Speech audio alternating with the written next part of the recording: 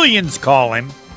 We start every G&G game night, post-game. We call it whatever we want. The Hall of Famer Mark Tauscher gives us his first thoughts. I don't listen well, but I'll listen well this afternoon or tonight. Take it away, Tausch. That was atrocious football outside of the defensive side of the ball. And I have to say, for all of this season, I thought this team was getting better, but we saw it all year long. Every time we played a really good football team, we weren't up to par to pass the test. Today was a game we had every opportunity. This wasn't a juggernaut. This game was there for the taking, even with all of the inefficiencies. And I think the defense made big strides. Nowhere else did. The offense got worse as the season progressed. The passing game was worse. And for a game today where the Eagles' offense was limited to the degree that they were by our defense, and for us not to have enough mustard to keep it a one-score game at the end here, we blew a great opportunity. And I think we did. I don't know if I could even say we blew it, because what this season told us, we should have been listening. Seasons tell stories, not games. Seasons will tell you the story. The story this year has been, we're just not ready yet. We can't make the big plays. We're too sloppy. When your coach is talking about playing too sloppy a football in Week 17, you're not winning playoff games. And I got caught up a little bit in last year's great rise. This year, we never had that rise. This was unleavened bread. We never rose to the occasion. There wasn't enough yeast. Whatever makes bread go, we have been flatline bread all season, and now it's all cold. You get hit with it, and you're out the door. It's time to go home. This was an average football team all season. Average teams don't win championships. Average teams don't win playoff games. And unfortunately, we wanted more. We wanted this team to be better. We hoped that this team would be better. But today is who this football team was, which is an average NFL football team that will beat bad teams, but will fall short against really good teams. And we saw that again today. That, unfortunately, for the last time this season, is my opening statement. Brilliant opening statement. There are so many questions. Based on what you said, Tausch, am I to assume that the end of last year was a fluke? No, but I understand why you asked the question. Yeah. Last year we got hot, and we started seeing the offense was just a lot better. And today I'm not going to take we were injured, and I get it. Elton Jenkins' loss was humongous. Elton Jenkins should be going in saying, I need all the money. Because if your offense is that bad and can't function without Elton, and they couldn't, it was killer. Those penalties were killer. We all know Elton Jenkins is a really good player. I didn't realize the whole ship was going to fall apart if he wasn't out there. That's what happened.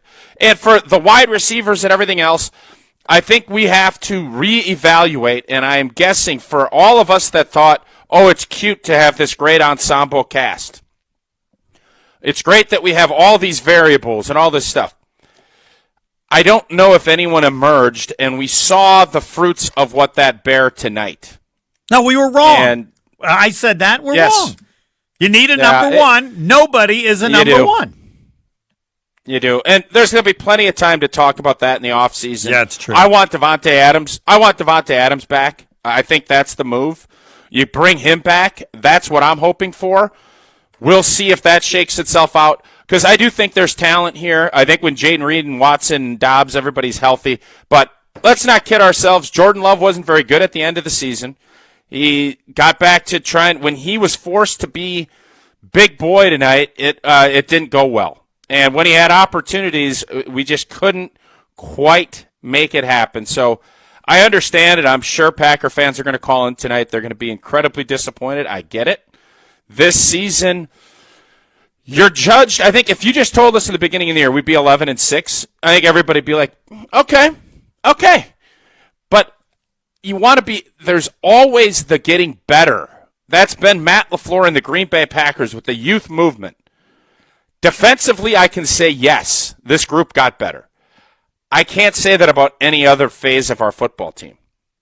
And our offense regressed. Let's not kid ourselves. Our offense, even down 10-0 and our defense holding fort, I thought if Philadelphia scored one more touchdown, it was Rap City, USA. I wasn't going to call early post-game because I want to respect the playoff and all that, but 17 points seemed completely insurmountable for our offense today because it just was, we couldn't protect, we couldn't stop penalizing ourselves.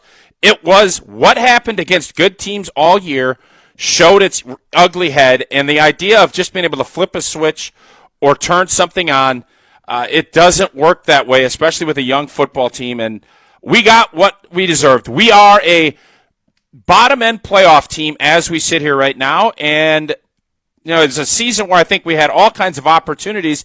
Had we continued to progress, I think this NFC is wide open, but we've had 5 different tests, and we got F's, actually 6 now, if you want to count it. I'm not counting the Bears game. We've had 6 tests, and we have not passed any of them. Eventually, you get ejected from school. We're ejected. It's break time. Spring break. It's time, boys. Spring break city. It's over. Pack up your things. That's how this NFL works. We could not pass a test all season, and now we've been eliminated. And that's where we're at. They are lined up to talk to Mark Tauscher. We'll get a quick break in the Boda Box Fine Wine line. 1-800-990-3776. Boda Box, it's tailgating season, or was, and Boda Box wine is your winning beverage with 4 bottles in one eco-friendly box. It's perfect for sharing and easy to bring along, quality in every sip. Boda Box, be open to anything. Please drink responsibly. Must be 20 or older. Yes, someone will wait more than an hour to be on the show tonight. Packers lose 22-10. I think it was a little closer than that, but I'm not going to argue the point. Your calls for Tausch next. More Green Bay game night coming up on ESPN Wisconsin and 620 WTMJ. Your warehouse concrete floors see a lot of traffic. Uneven, sinking, or cracked concrete can pose a serious threat to any business operation. From trip hazards to cracked foundations, sinking concrete can keep any business owner up at night. Concrete Lifting Technologies is here to help. Concrete Lifting Technologies can even out that concrete floor to prevent these hazards. They can level your warehouse floor within a few hours and don't even need to shut down your operations. Visit itaintmudjack.com to get a free quote today. That's itaintmudjack.com. Evan, Canty, and Michelle are unsportsmanlike. The issues that we're talking about are cultural with the Dallas Cowboys. And it starts with the head man, Jerry Jones. As they say, a fish rots from the head down. Jason Garrett couldn't overcome it. Bill Parcells couldn't overcome it. Wade Phillips couldn't overcome it. Right. You have all of these coaches who have done well in the NFL at other places can't overcome what Jerry Jones has put in place and set in motion. Unsportsmanlike. Weekdays from 5 to 9 on 100.5 ESPN. Happy New Year and happy new engagement. Hi, it's Jeffrey from Celebrations Entertainment. You have heard me talk about corporate, fundraising, and even casino events, but we are also amazing wedding DJs. Never cheesy and always the perfect fit for the perfect couple. Please let us help you narrate your wedding day love story while playing an amazing soundtrack that will rock your dance floor. Create lifelong memories of your one special day. Do it right and do it with CelebrationsEntertainment.com. That's CelebrationsEntertainment.com. I'm John Hayes, owner of Goodman's Jewelers. We've been at the heart of many magical moments, from engagements to weddings to sweet 16s. It warms my heart to be a part of these moments for 40 years with people I consider family. With the highest standards and an eye for classic beauty, enjoy a warm boutique setting at Goodman's Jewelers, where integrity shines in every gem.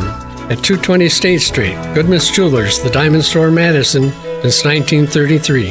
The best is at Goodman's.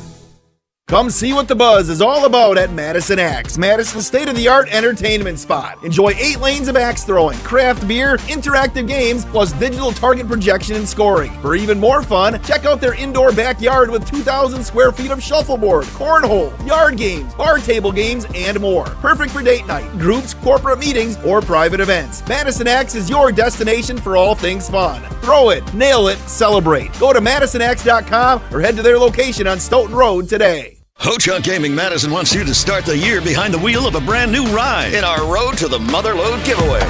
On Friday, January 31st, there are lots of opportunities for you to strike gold. 3 winners will be chosen every half hour from 6 p.m. until 9:30, with each taking home a cash prize between $500 and $2,500. Then at 10 o'clock, one grand prize winner will receive our largest single prize ever, a $50,000 vehicle certificate. And it's only at Ho-Chunk Gaming Madison.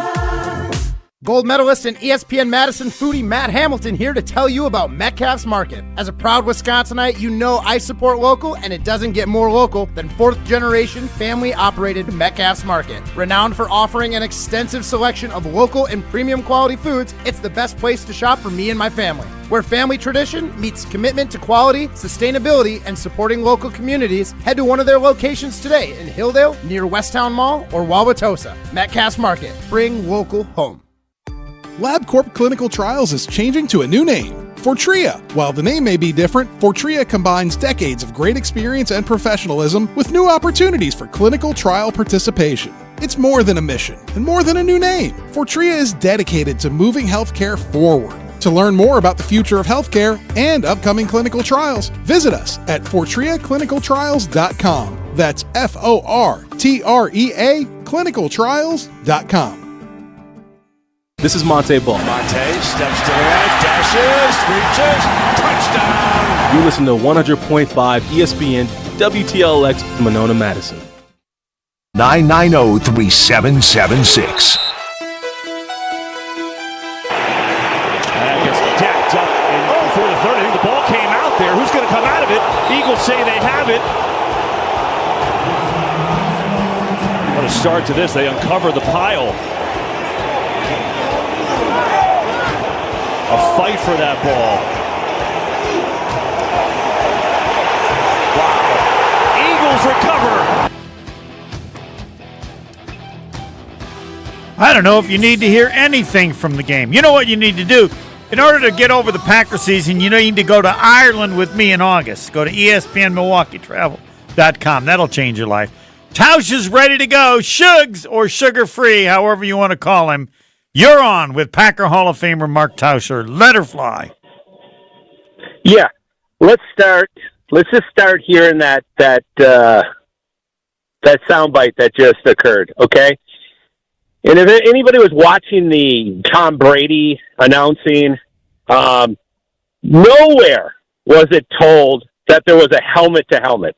It was a blatant helmet-to-helmet. You're speaking on the first play of the game, right? First play of the game. Okay, just to clarify.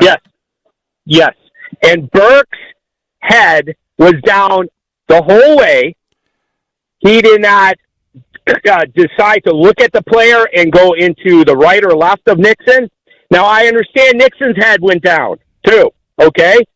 But it was a helmet-to-helmet, and no one saw it after 4 replays from the announcing crew or the referees. All right, hold on, That's why he fumbled. Hold on. Tausch, I would like to hear your comment on that. Yeah, so Shug, here's the deal on helmet-to-helmet. They wanted to start calling that, and it has to be a defenseless player. This is, again, that's why I don't think you're hearing all this. It's not a receiver over the middle, a quarterback. This was 2 people running. It was definitely helmet-to-helmet, no doubt, but he is not a defenseless player at that point, and I think that's why they didn't call it. Whether or not that's the accurate assessment of it, it was not a defenseless player, and it was an active runner, not a defenseless player. That's why that wasn't called. But I actually think it's not that as much as it was you literally saw Keyshawn Nixon with the football. Correct. They had the little drone cam right on top. He had the ball. And you normally will never get that overturned. And I think that's probably why they didn't. Whether or not he had complete control, it obviously is a huge play in the game. But, Shug, I'm going to tell you, we're both optimistic cats on this team. I was too optimistic this year. Hey, guilty as charged. This team was not going to score enough points. Now, Philadelphia wasn't scoring many either. This was going to be a sludge fest regardless. Those 7 points dictated a lot. So I can, while I don't want to be Homer City and say, it could have changed, it did make a big difference in this game. I still don't know if we'd had enough. You know, either you're down by contact, and you have a replay. I mean, give me a break, okay? So the Packers lost, okay? They obviously lost, okay? But there's some things in that game, and I'm gonna do 2 more points, okay? And we were down with 6, okay? And you can say the defense played well, and they did. But when they needed to play really well, they're down 6. Nixon goes ahead and throws a player. How many yards out? Barkley was out there. I mean, come on. I mean, you cannot do that. And if LaFleur is going to get in anybody's face, he should have got in Nixon's face there. And then the last thing. This is the last thing that irritates me about the NFL.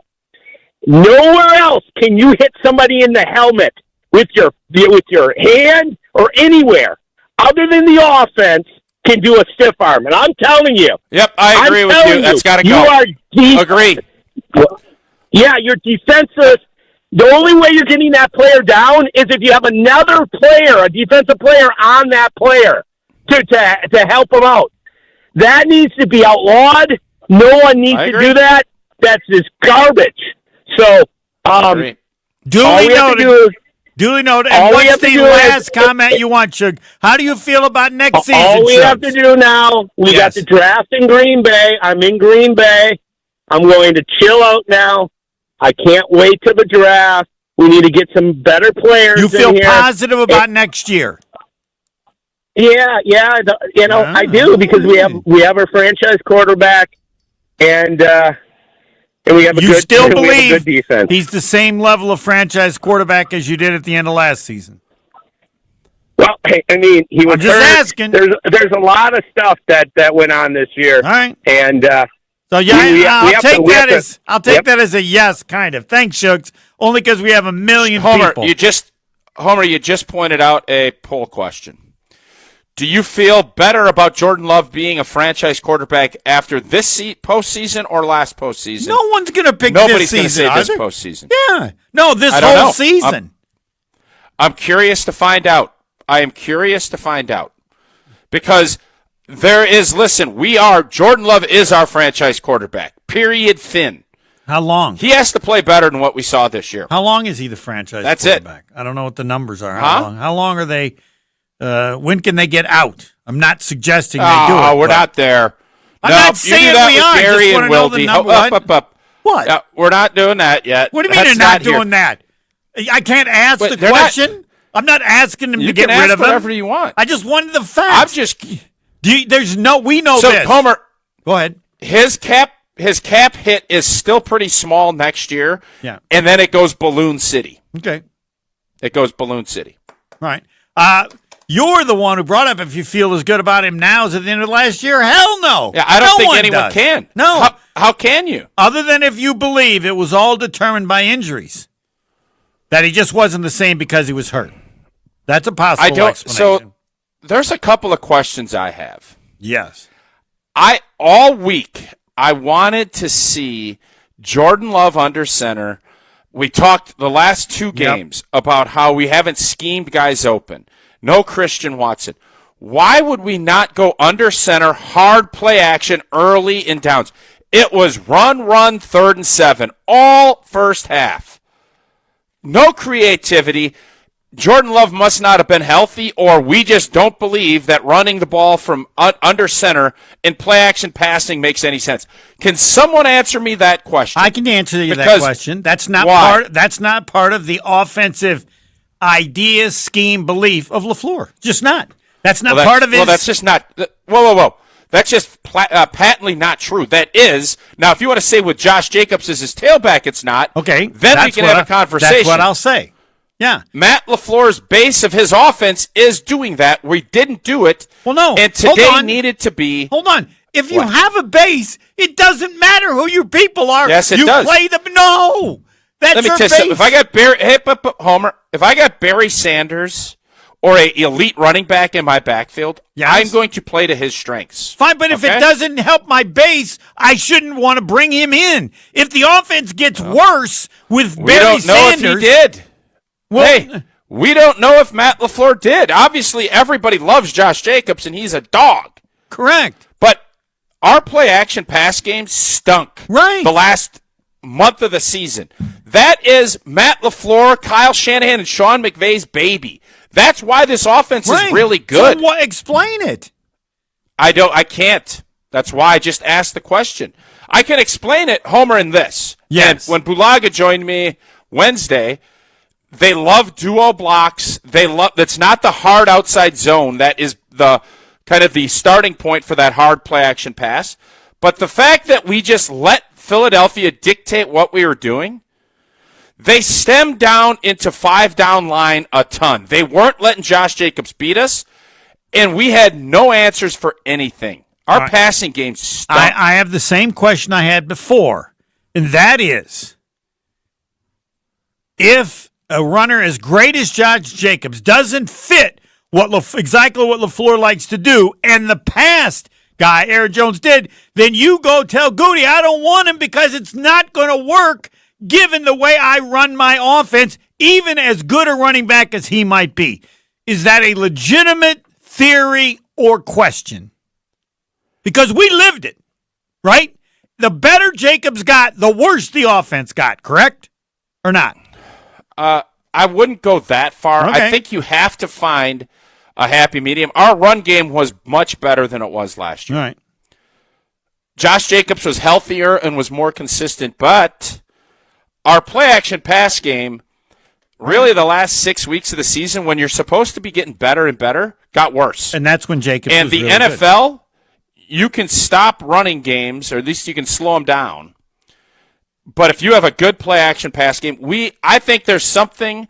My guess is you're going to hear something. Jordan Love was not 100% healthy and could not go from under center and do as much as he wanted. And if that's not the case, then I really want to understand from Matt LaFleur why we continue to go gun and not do all the stuff out of play action on first and second down, which has been so good for so long with all of the coaches in the Shanahan tree. We didn't do any of it today, and we were inept for most of the day in the passing game. To be fair, the offense put up some pretty good points against the bad teams. So it wasn't. Not the Bears. Well, and the Bears, not everybody played that. But, over the course of the year, they Homer, scored points. I'm not arguing the beginning of this. I'm saying the last 6 weeks when you're supposed to be. Yes. I always say after Thanksgiving is when you need to start on the ascent. We've learned that from you. This team never hit that. That Detroit loss gutted them, and I don't know if they ever really recovered when they couldn't win the division, and then all the other stuff. The team, it just never got their air back in the balloon. It kind of just sat and hovered, and eventually, at helium, there's nothing left, and you sink gently to the ground, and then you get off and you go home, and that's what we did. All right, we'll get Andrew in. Andrew, you're on with Mark Tauscher, the Hall of Famer. Let her fly. Oh, he left. Oh, not a good idea. Jeff in Milwaukee. I hope nothing bad happened to him. I'd hate to say that. Someone goes, Jeff, you're on with Mark Tauscher. Let her fly. Hey, a couple things. First and foremost, the most important thing, I want to thank you guys for doing the post-game show all season. You guys are awesome, and I can't thank you enough. It's a huge part of my enjoyment, so thank you very much. That's number one. Number two is all this thing about Josh Jacobs.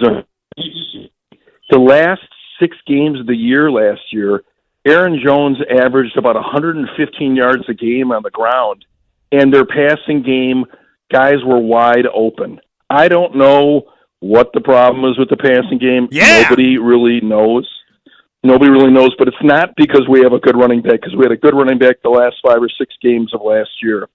One of the things is, what's sad is Brady is on the telecast saying, you got a nickel and dime, throw to tight ends, throw to running backs, yet you don't see them doing it.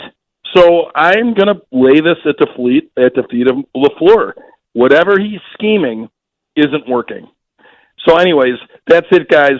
And yes, my feeling is I still believe in Jordan Love, but the reality is he regressed this year, but I still believe in him. Thanks very much for having your show. Appreciate it. Thank you. All right, we'll take a break and then more with Mark Tauscher. Pebble, what'd you say? Andrew's back on with us. We'll take him next. When we come back. When we come back. Thanks, Andrew. Wise move. Andrew's next. We're back with Green Bay Game Night after this on ESPN Wisconsin and 620 WTMJ.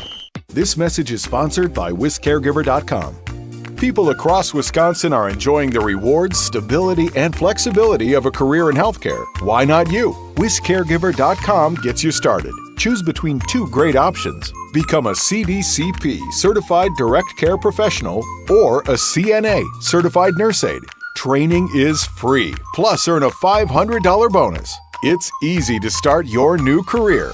Learn more at WisCaregiver.com.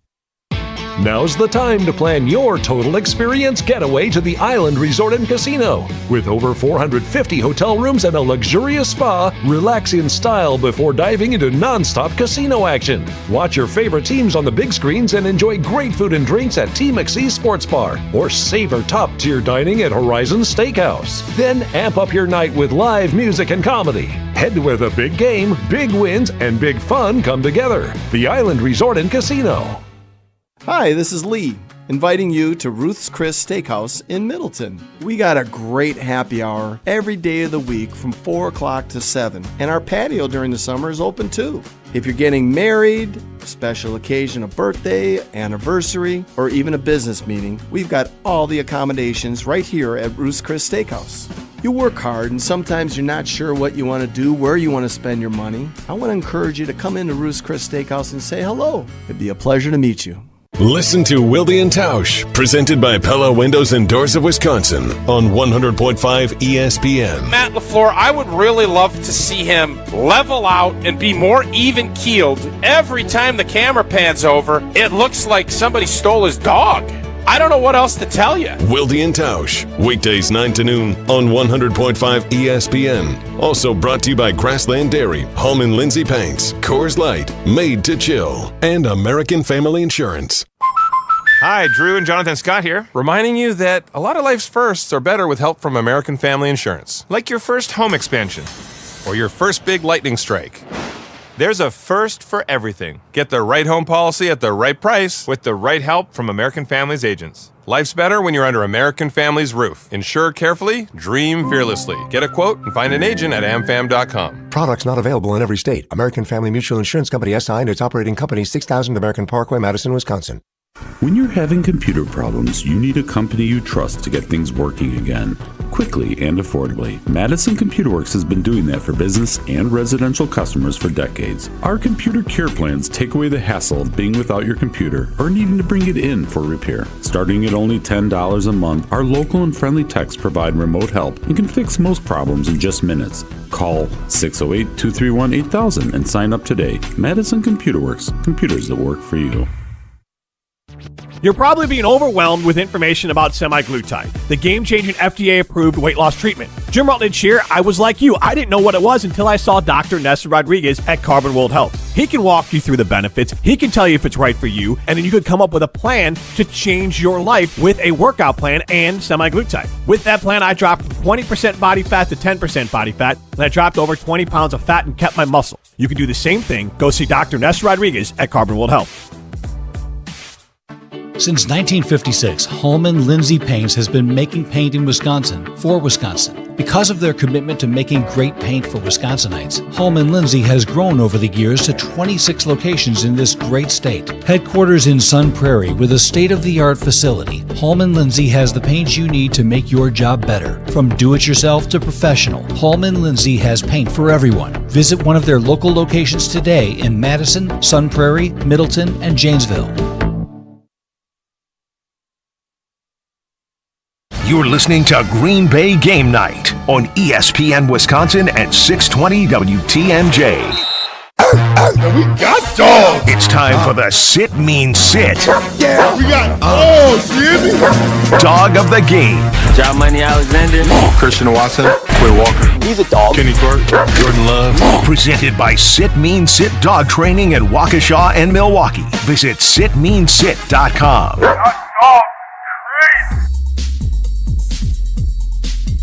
We will get to all your calls. Andrew's back, but we do have to do the dog of the game. And I can't wait.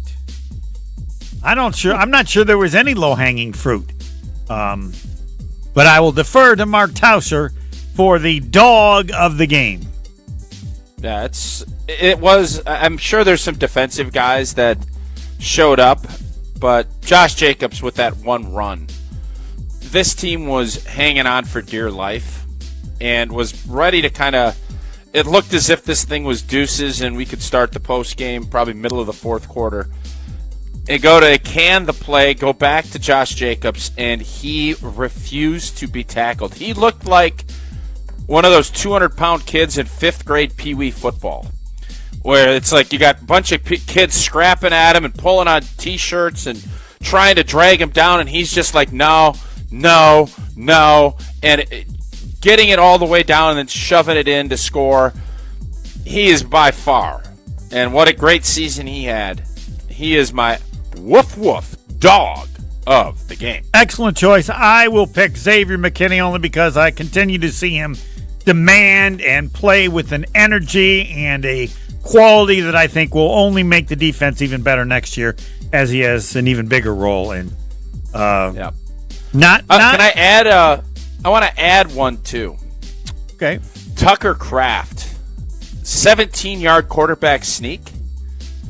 It was impressive. Yeah, and now, let me emphasize on that. That is the stupidest thing in the history of football. On one that he had, he didn't even run. He stood straight up the entire time and just let people push him. How do they not realize that's the stupidest? No, you're not. I watched football for 70 years. You can't help a person running the ball. They've now allowed it. They think fans like it. Now you don't even run. You just stand up and have people push you like you're waiting in line at a movie. That is not football. But he is a grown-ass man. What movie theater do you go to? Somebody shoves you at a movie theater? No, you stand in line and then you just move like that. He moved like he was waiting in line, just standing and going forward. Nope. He got 18 yards on a quarter. I know. It was unbelievable. He got like 17 or 18 yards on a quarterback sneak. Yes, and he didn't do anything. He's a tight end. And he didn't do anything. I could have got 17 yards. I know you hate when I do that. Let's move on. But he is a grown-ass man, as Gary Ellison says. All right. Yeah, I got sidetracked on hating that play. Can't think of any play they've allowed that I hate more than that. The dog of the game is brought to you by Sit Means Sit. If your dogs don't always listen to you, or you ask yourself, why don't they listen to what I say? Look no further than Sit Means Sit. You have a happy, confident, and obedient dog. Contact Sit Means Sit Dog Training today in Milwaukee or Waukesha to schedule a free consultation. Go to sitmeansit.com and check out their Milwaukee and Waukesha pages. Andrew in Milwaukee and Illinois. You're on with Taus. Let her fly. First off, fellas, the positives, Jeff Halfley and Josh Jacobs. The negatives, this game against the Eagles and the 4 prior games against the Vikings and the Lions, 20 first-half points total in 5 games. When is LaFleur going to start getting pointed out that his play calling and his offense is terrible? I'm from Illinois, and it's like watching the Bears. It is awful. I don't know what we're doing. And, Homer, you've laughed at me twice now this year about T. Higgins. Somebody give that man a check. This offense needs something in the worst way. Jaden Reed, great. Dobbs is good. Watson's good, but they're all 2s. I don't think I laughed at you twice. I'm not laughing at you now. I'm joining your club. I don't know that it has to necessarily be him. Taus, you suggested Devontae Adams. I want Devontae back. But yes. That'd be cheaper. Well, it'd be cheaper, less money. The premise is the same, man. I think you're spot on with Devontae Adams, Taus, but Goody and LaFleur, they're so arrogant about being the youngest team in football 2 years in a row. I hope I don't have to hear that line of crap next year or the Jair Alexander line of crap next year. But let's get some veteran leadership in this locker room. Both these defensive penalties in the fourth quarter shouldn't have happened. You need a veteran leader out there to quit this crap. Fellas, the season's over. It's done and over. We improved, but took a step back in a way as well. So here's what I'll say about thanks, LaFleur Andrew and Goody. Yeah, thanks, Andrew. Some good points. Listen, man, this is let it rip. I think the idea of staying the youngest team, no, it's about you wanting to make sure you're very selective with who you pay and always bringing in really good young talent. But Goody saw he needed to improve his safety position. What did he do? Went and paid. He needed to improve his kicking position. What did he do? He went and got a veteran kicker. I know tonight maybe it's not the night to say that because he missed the easy one, but I think all in all you'd say successful. Yes. You're going to see, and when you hear a head coach talk about sloppy play like Matt LaFleur did last week and the week before, you realize you need some maybe a little more veteran presence, and I just think Devontae is going to become available with whoever the Jets hire. He was on Kay Adams' show, very open to coming back to Green Bay. He could right a wrong. He could come back with Jordan Love, and I think help that entire room and help. Let me tell you this. He's not going to have a foot out of bounds like Malik Heath did on that third down. And at that point, this game's not over. I know you probably don't think they're going to win, but you still keep scrapping on that fourth down. So I don't know what's going to happen. We're going to have all off season to get it. I think we can say pretty clearly that the wide receiving group, especially how we finish this season, it's not, unless there's major evolution, it's not going to be good enough to win big in big boy games against big time teams. That would be a good deal. Would he give him a deal? You think Devontae would? Well, I don't know how much. You're gonna have to pay him good money, but it's not going to be Justin Jefferson, Jamar Chase, T. Right. Higgins money. Devontae's 32. I don't know how he's over 30. Right. Yeah. All right, let's go to Jay. Do it. In Alabama. You're on with Mark Tauscher. Let her fly. Hey guys, I'm disappointed in the loss. I wish I could say that I expected it to go differently. It went exactly as you expected, Jay. Tell the truth. It went exactly as everyone expected. It's sad, but there's honestly, no one who picked the Packers. No. Yeah, I didn't really. I hope they would win. I didn't think so, but I was so impressed by the defense. I really was shocked because I thought it'd probably take 30 points to win this game, and it wouldn't have. And that's why I didn't think we could win, because LaFleur continues to be who I thought he was the whole time. We know he's a poor game clock manager, but he is also a poor motivator. We come out flat again. He's a poor play caller, and I know Tausch disagrees with me on that, but until he can actually generate some first-half points in a big game, I'm going to continue to say he's a poor play caller. And I would say he's a poor play designer. We can't even get anybody open. Love's not missing wide-open throws. He's having to throw. Yeah, but they were all wide open last year. We talked about it, right? You remember that? Exactly. Okay, exactly. so you can't say you never had them wide open. Last year they were wide open, and now Jordan Love is throwing to receivers that have 2, sometimes 3 people around him. And Tausch, you year, said, I could see my six-pack. What? I said last year I could see my six-pack when I looked in the mirror. That's fun. I can't see that anymore. All right. You know what I mean? But even Tausch, you say you're surprised and don't really have a great answer. Am I analyzing your I thought thoughts? Matt LaFleur did not have a good season, period. I've been very critical of Matt LaFleur most of the season with a lot of things. It just has not come together, and there's going to have long, hard looks. It's not all play design and everything else. It's trying to figure out, all right, I have a great running back with a good offensive line when healthy. How can we help complement that with Jordan Love? I think they were battling trying to figure out what they did really well last year, Jordan gets hurt first week. You have Malik Willis. All of a sudden, whoa, we got a stud. Our running game is beautiful. And it was a battle of identities constantly trying to figure out where they wanted to go.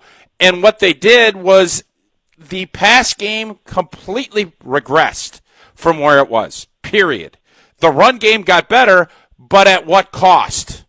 That's something that I don't know the answer to. Matt LaFleur has to figure out how can we mesh these things so that we can get big plays and get guys wide open like he did in the past. So I get it. You had a six-pack 2 years ago. Now you don't.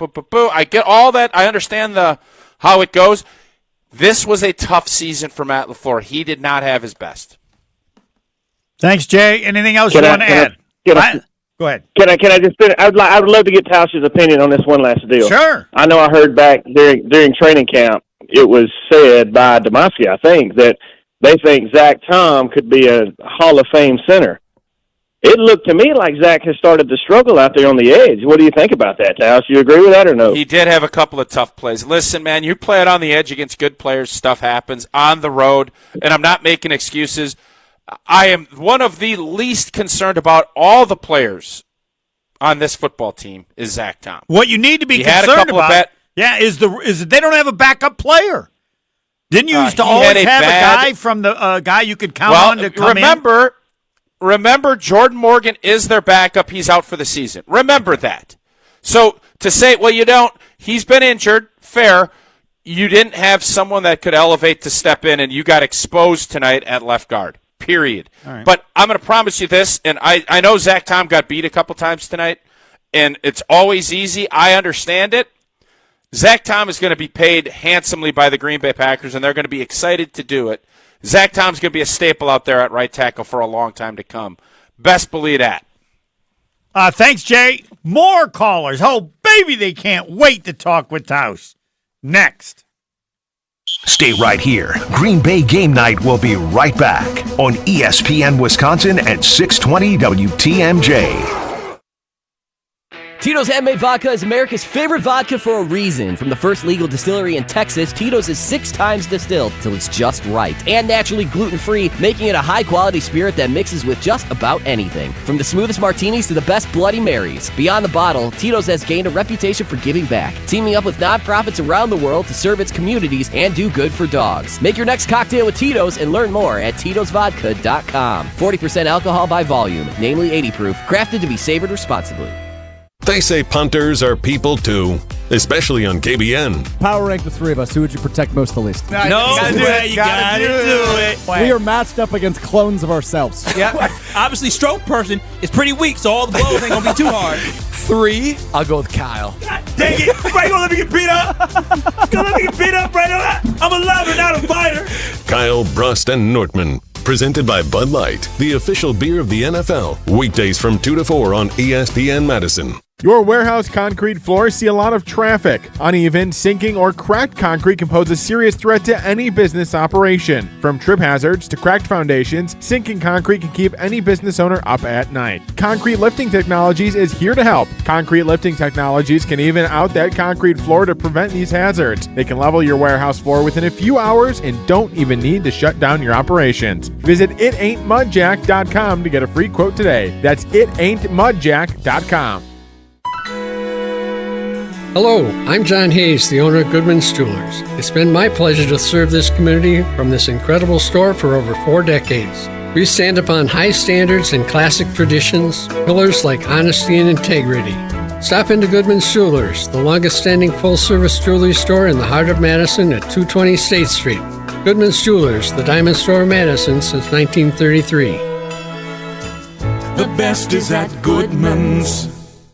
Prize Picks is the best place to get real money sports action. With over 10 million members and billions of dollars in awarded winnings, Prize Picks has made daily fantasy sports accessible to all. You just pick more or less on at least 2 players for a shot to win up to 1,000 times your cash. Run your game all season long on Prize Picks, America's #1 daily fantasy sports app. And it is playoff time, now or never. Don't miss out on the last few weeks of football action with Prize Picks, the best place to win cash while watching the playoffs. You can now win up to 1,000 times your money on Prize Picks. Prize Picks now offers MasterCard for quick and easy deposits into your account this sports season. Prize Picks, the best way to win real money this football season. Make your picks in less than 60 seconds and turn your sports opinions into real money. Download the app today. Use code WI. You get $50 instantly after you play your first $5 lineup. Again, download the app today and use code WI to get $50 instantly after you play your first $5 lineup. Prize Picks. Run your game.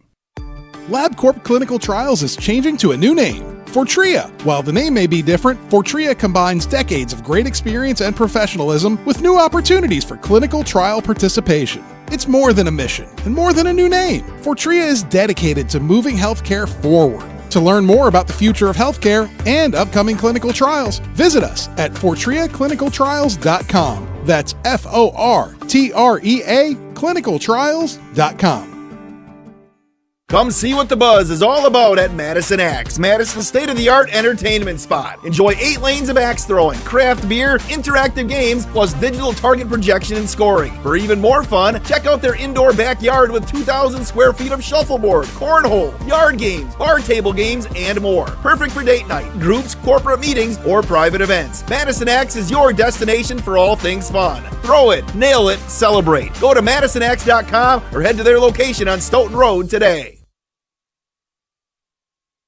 You're listening to Green Bay Game Night on ESPN Wisconsin at 620 WTMJ. React to the game by calling the Boda Box Wine Line, 800-990-3776. Blitz coming. Love. Deck as he throws. Going deep for Wicks. He's got it! Great adjustment from Dontavian Wicks as Love got hit. You can listen and watch YouTube, ESPN Milwaukee, and people respond. Other than Watson versus Arizona, Jordan Love didn't hit anyone in stride all season. That seems excessive, but I think there's something to the point. How about you, Tausch? I can understand where people are talking about his accuracy and with some of the things. There's most of the big plays were on underthrown balls that the receiver came back and made plays on. He did not – Jordan Love, again, did not have the season I anticipated. Way too turnover-prone early, then got a little almost too conservative. It's like he's trying to find out he's got the Favre and the Rodgers on on either shoulder, and he's like, all right, and he hasn't kind of found himself yet. So today obviously was just a brutally bad performance, turning the football over as many times as he did, and – the accuracy was the question mark. I still believe that Jordan Love is a really good player, but I think for all of us that thought he was going to elevate himself into the MVP top 5 quarterback, he was playing at a top 5 level at the end of last season. Because I'm getting a lot of people on Twitter and other places. Why would you ever think that? I watched games last year. I saw what he was able to do. The Packers don't pay $55 million if they don't think he's the guy. He's athletic, and he has an incredible arm. He is. I still believe he is going to have a great career. It does make you pause to think, did we crown him as the next Hall of Fame quarterback early? That is a fair question to ask. But is he a good NFL quarterback that has all the tools to be great? Absolutely. What's lacking? Consistency. He did not have a consistently great. I can't think of one game that we did one of these post-game shows and I thought, boy, he played 4 great quarters. That this offense was great for 4 quarters. I can't think of one. Somebody could remind me of something, but we did not have one game where it was like, whoa, this juggernaut, this offense is humming on all cylinders. You're right. Every game you had a quarter. What the heck was going on? They were so where good. Was that? Where was that? All right, Scott and there were a couple games. Go ahead. There are a couple games that were so bad. New Orleans, where I didn't even end up watching the fourth quarter because we were doing this show. Nice. Is that the best part of this season? Setting a new standard for post-game shows that could change around the world if they choose to follow Tausch. Yeah, I like it. Yep. Scott in Wausau, you're on with Tausch. Let her fly. Scott still there? He waited 40-some minutes. I'm not hearing him. Should we try? Scott, millions of people listening. Let's try Thomas in Chicago. Hey guys, thanks for taking my call. Hey. Appreciate you guys. Hot take: Edgerrin Cooper, the best player on this team. Bad take. Better than McKinney and Josh Jacobs? No, he Tough was. one. I needed him to play a good game. He didn't play a good game. He looked more like Quay Walker. He was just kind of running around and still good. But when you're young, you can do this. But for the future. But I just think he's someone in the middle of the defense. Give him the green dot next year. I think consistently he was around the field. He was like in position. I think just for the game, the slow. I mean, we had this game in this defense. Hands up! I was ready to be like, oh, this is gonna be a bloodbath. Just LaFleur just quit. Just like where's Musgrave? Like with all these injuries, and Goody, I was wondering that too. And Goody, and everyone's wondering. Okay, first of all, can we say that it was a little arrogant that we didn't draft a single receiver in the draft last year? And then today, when you have 4 guys go out, where's Musgrave? That's a 3rd-round pick you drafted. Do more 2 tight ends. I don't know if you guys heard, but throughout the broadcast, Brady kept saying and humming every single play, why aren't they dinking and dunking? Dinking and dunking. Did you guys not see that Tucker Kraft was getting chunk yards by just doing dinking and dunking? Well, you could have Musgrave do that, and then you have a two tax. So I just don't understand LaFleur just not reading that. It just frustrates me. Like, where's Musgrave? I don't have any. I'm assuming he's hurt. I assume that. Thanks was for the call. Yeah, Homer, I'll say this. I thought that after, I think Dobbs was the first wideout to go down, right? I believe so. I thought yes. Musgrave, you had him active. He is a big, athletic guy. Spread him out.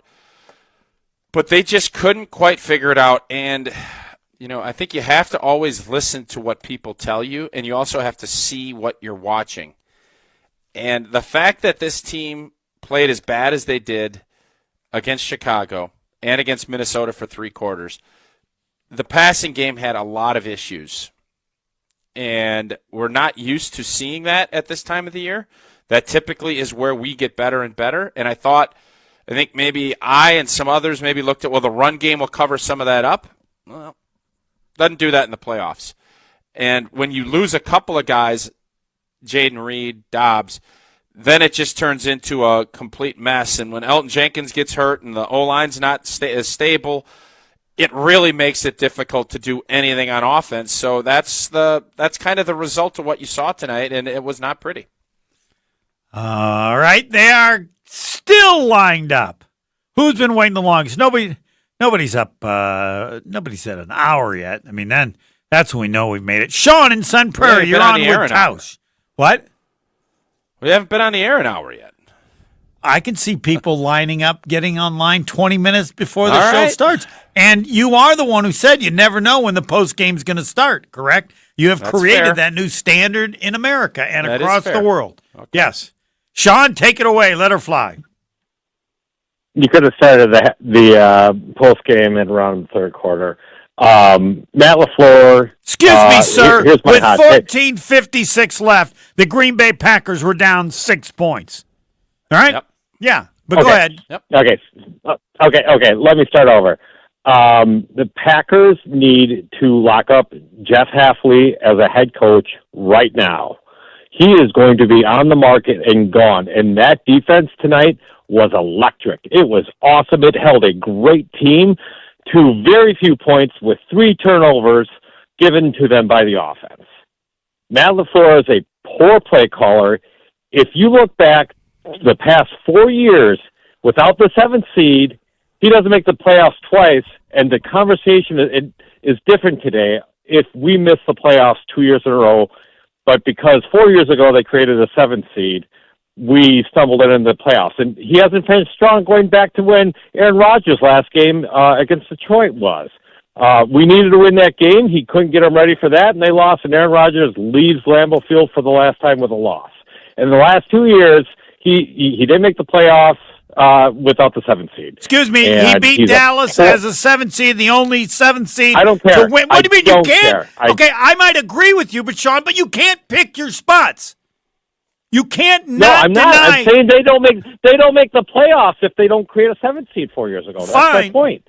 And if you go back to the loss to Detroit, that's 3 years in a row, and we're having a completely different conversation. Anyway, the point is, so let me jump in quickly, and then I'll let you. So your point that gets lost because of the playoff win last year and all of the excitement of having San Fran on the ropes.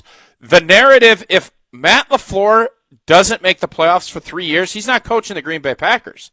That, I believe, is your point, and it's one that gets overlooked because of the success we had in the postseason last year. Okay, finish.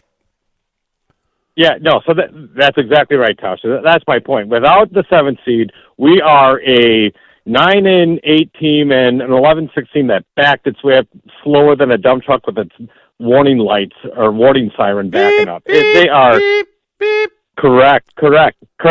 And it is. We have to lock up Jeff Hafley. He held that defense was A+ tonight. A+. +3 on the turnovers, and we held them to 7 points. We were in the game all the way through up until what you said, Homer, with however much time left in the third quarter. They were down by 6. 14:56 to go in the game. It was in the start of the fourth quarter. So it would have been 3 points had McManus not missed, and it's a different story, and I give him grace for that. But we need to move on. We need Jeff Hafley, and we need to find a better offensive coordinator. That's my hot take for the night. Thank you both for 18 weeks of great coverage post game. It's the highlight of my week. Thank you for being so passionate. Hold on. So you would, football. if you were the new president, you would fire LaFleur and hire Hafley. Yes. Okay, just want to make sure I got it right. He's gonna be gone. Don't you think? He is not. He's gonna. I don't, but he's gonna be. Going. There's rumors Jacksonville is interested. Whether or not that's accurate, I don't know. I'll say this: Matt LaFleur is going to be the head ball coach next year. Jeff Hafley has proven to be a really good defensive. What's that? Yeah, I agree. I think he's got the defense finally figured out, and we're going to lose him because he deserves an opportunity to coach as a head coach. And I think we should part ways with Matt LaFleur, who is supposed to be an offensive genius, who really hasn't figured it out, in my opinion. Okay. Duly noted. Thanks. I'm hearing you. I don't agree with you, but I do think Matt LaFleur's seat is going to be very warm going into the next season. Really? I do think that. This upcoming season. I think it's not going to be hot. I think he needs to have a good season next year. If we have another season like this one, where we're average, there's going to be a lot of conversation. There's a lot of things. This team needs to get a lot better. Matt LaFleur did not have a good season as the head football coach of the Green Bay Packers. He didn't. And I don't think he would tell you had big opportunities that you didn't win any of them. Jeff Hafley's team got much better. His unit got much better as the season went on. Much better. I can't say that about this offense. Can you? Can anybody? No, the running game got much, much better, but not the offense. I don't even know if the running game got... Josh Jacobs is a stud. I bet if you look at stats, I don't know how much better it was last year. I'm just going off of the feel of the game and penalties. It just didn't feel the same. So Matt LaFleur is a good NFL head coach. He has done a really good job in Green Bay. But you're going into year 7, right? Is this going to be his 7th year coming up? You're going to start. People want more.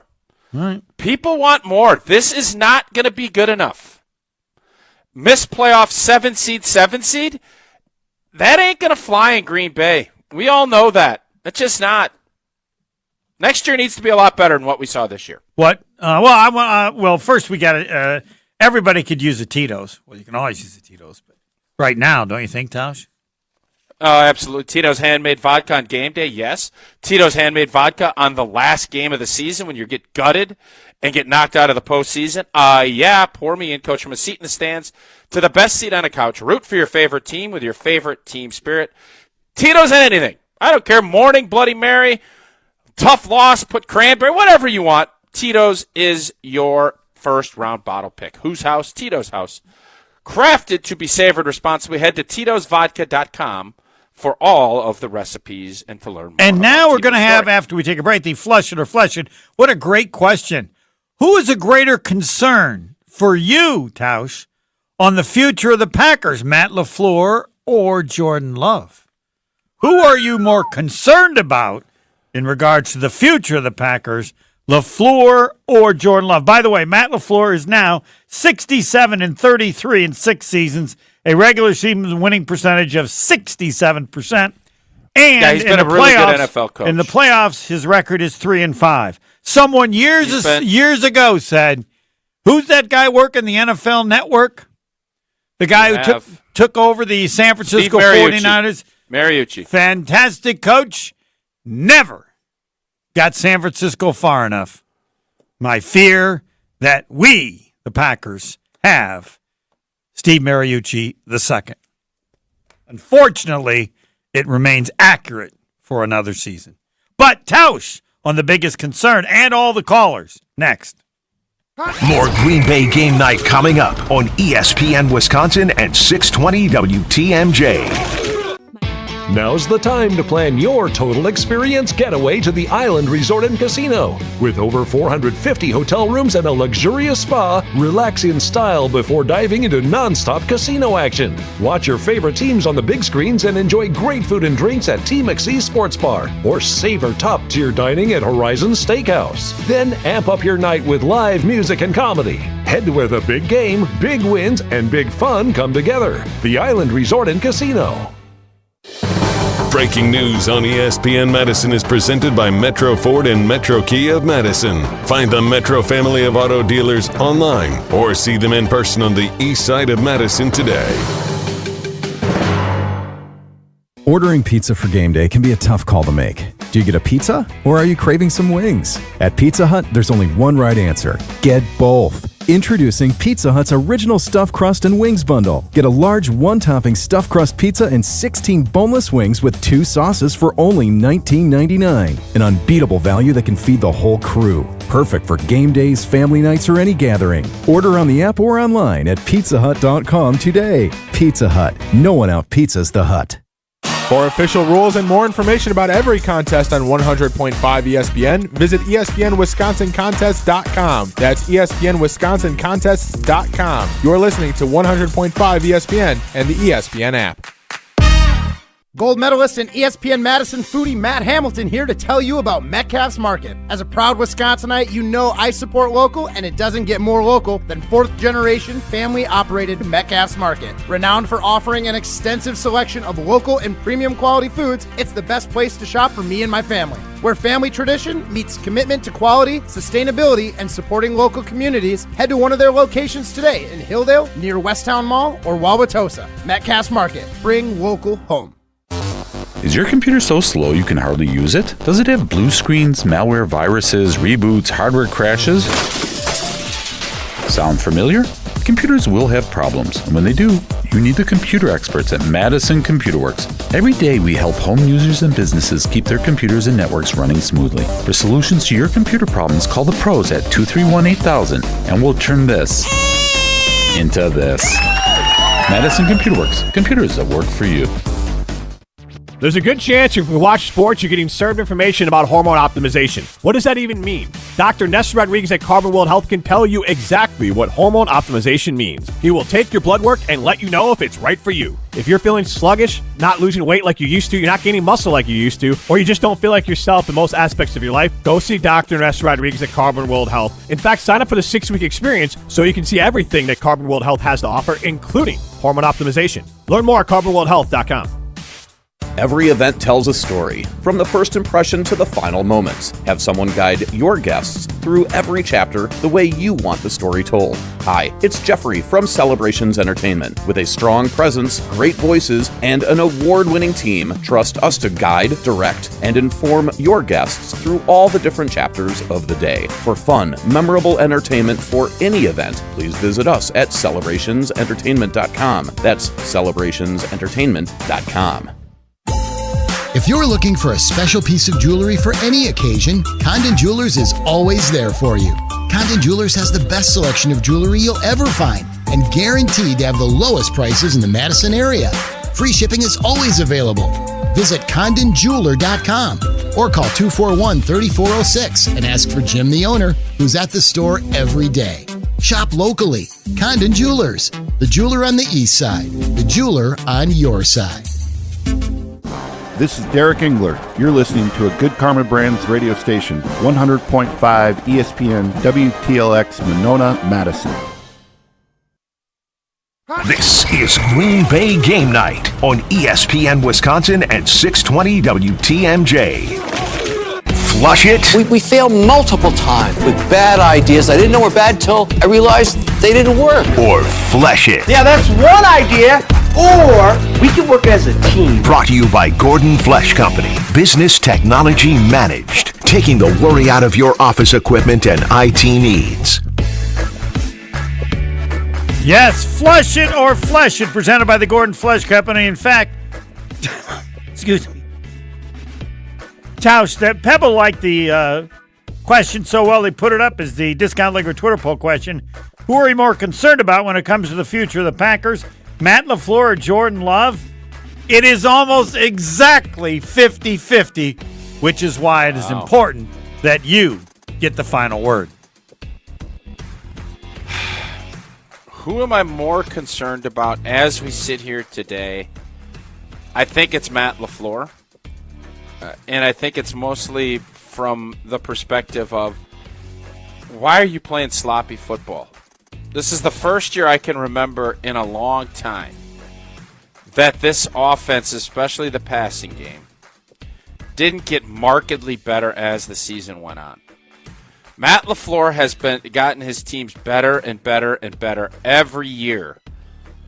I think you can maybe make an exception with Rodgers with after he busted his thumb and then we got beat by Detroit. You could put that in there too.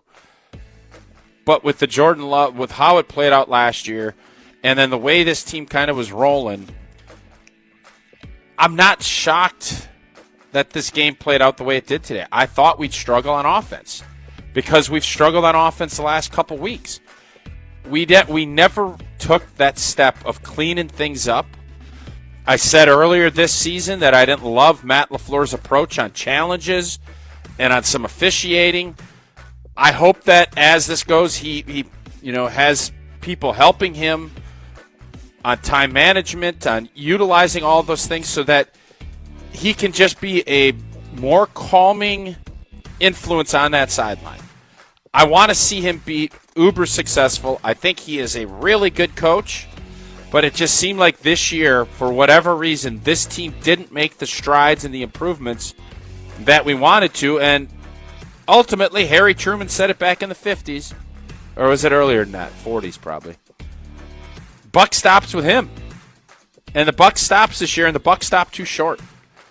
Offensively, just never quite did it, but it is a young team. There's a ton of excuses, but for this year, I'm going to say I'm more concerned moving forward with Matt LaFleur. I still believe that Jordan Love is going to be a really good NFL quarterback.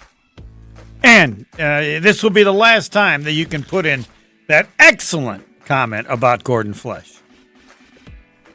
Indeed. The Gordon Flesh Company, it takes a team to meet just about any goal, and that's as true on the football field as it is in the office. It's good to know that you have the Gordon Flesh Company on your side. For more than 65 years, Gordon Flesh Company has provided cutting-edge office technology for companies of all sizes.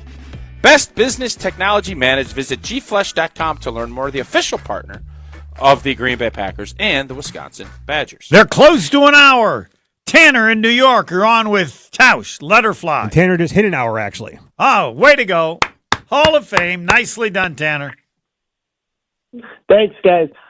No, I agree with a lot of what Tausch is saying about LaFleur and Love, but I think a lot of people aren't really talking about Rich Bisaccia. He's got to go, and they should really take a good long look at Darren Rizzi with New Orleans looking for a new head coach.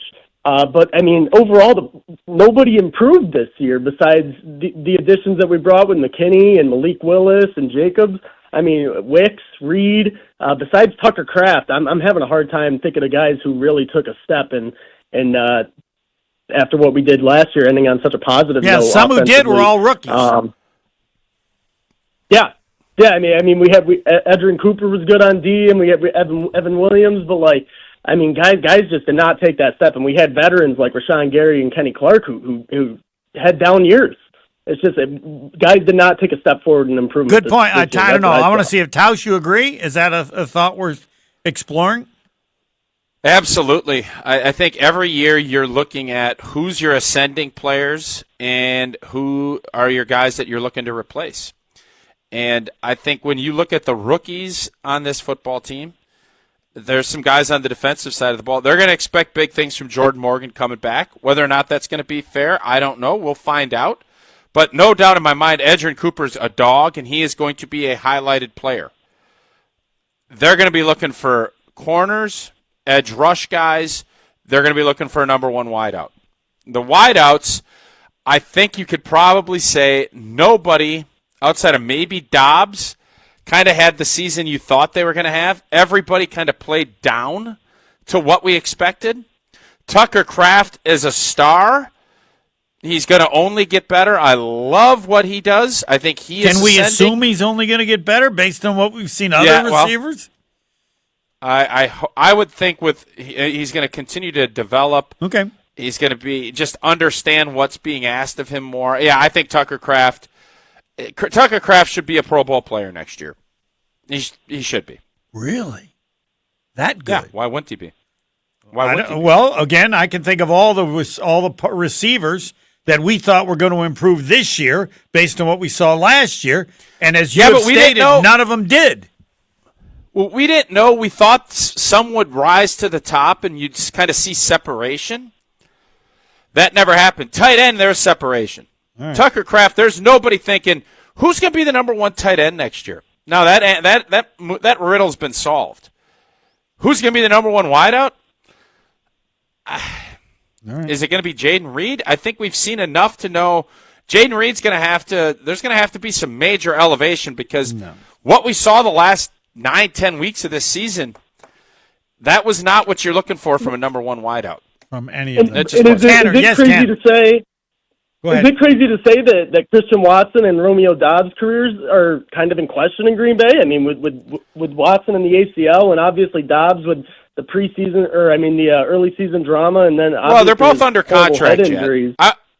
I would say this: if they were both going to be free agents, I'm not sure if you bring either back right now. Christian Watson, I think, hopefully he gets healthy and can prove that he can play next year. That would be great.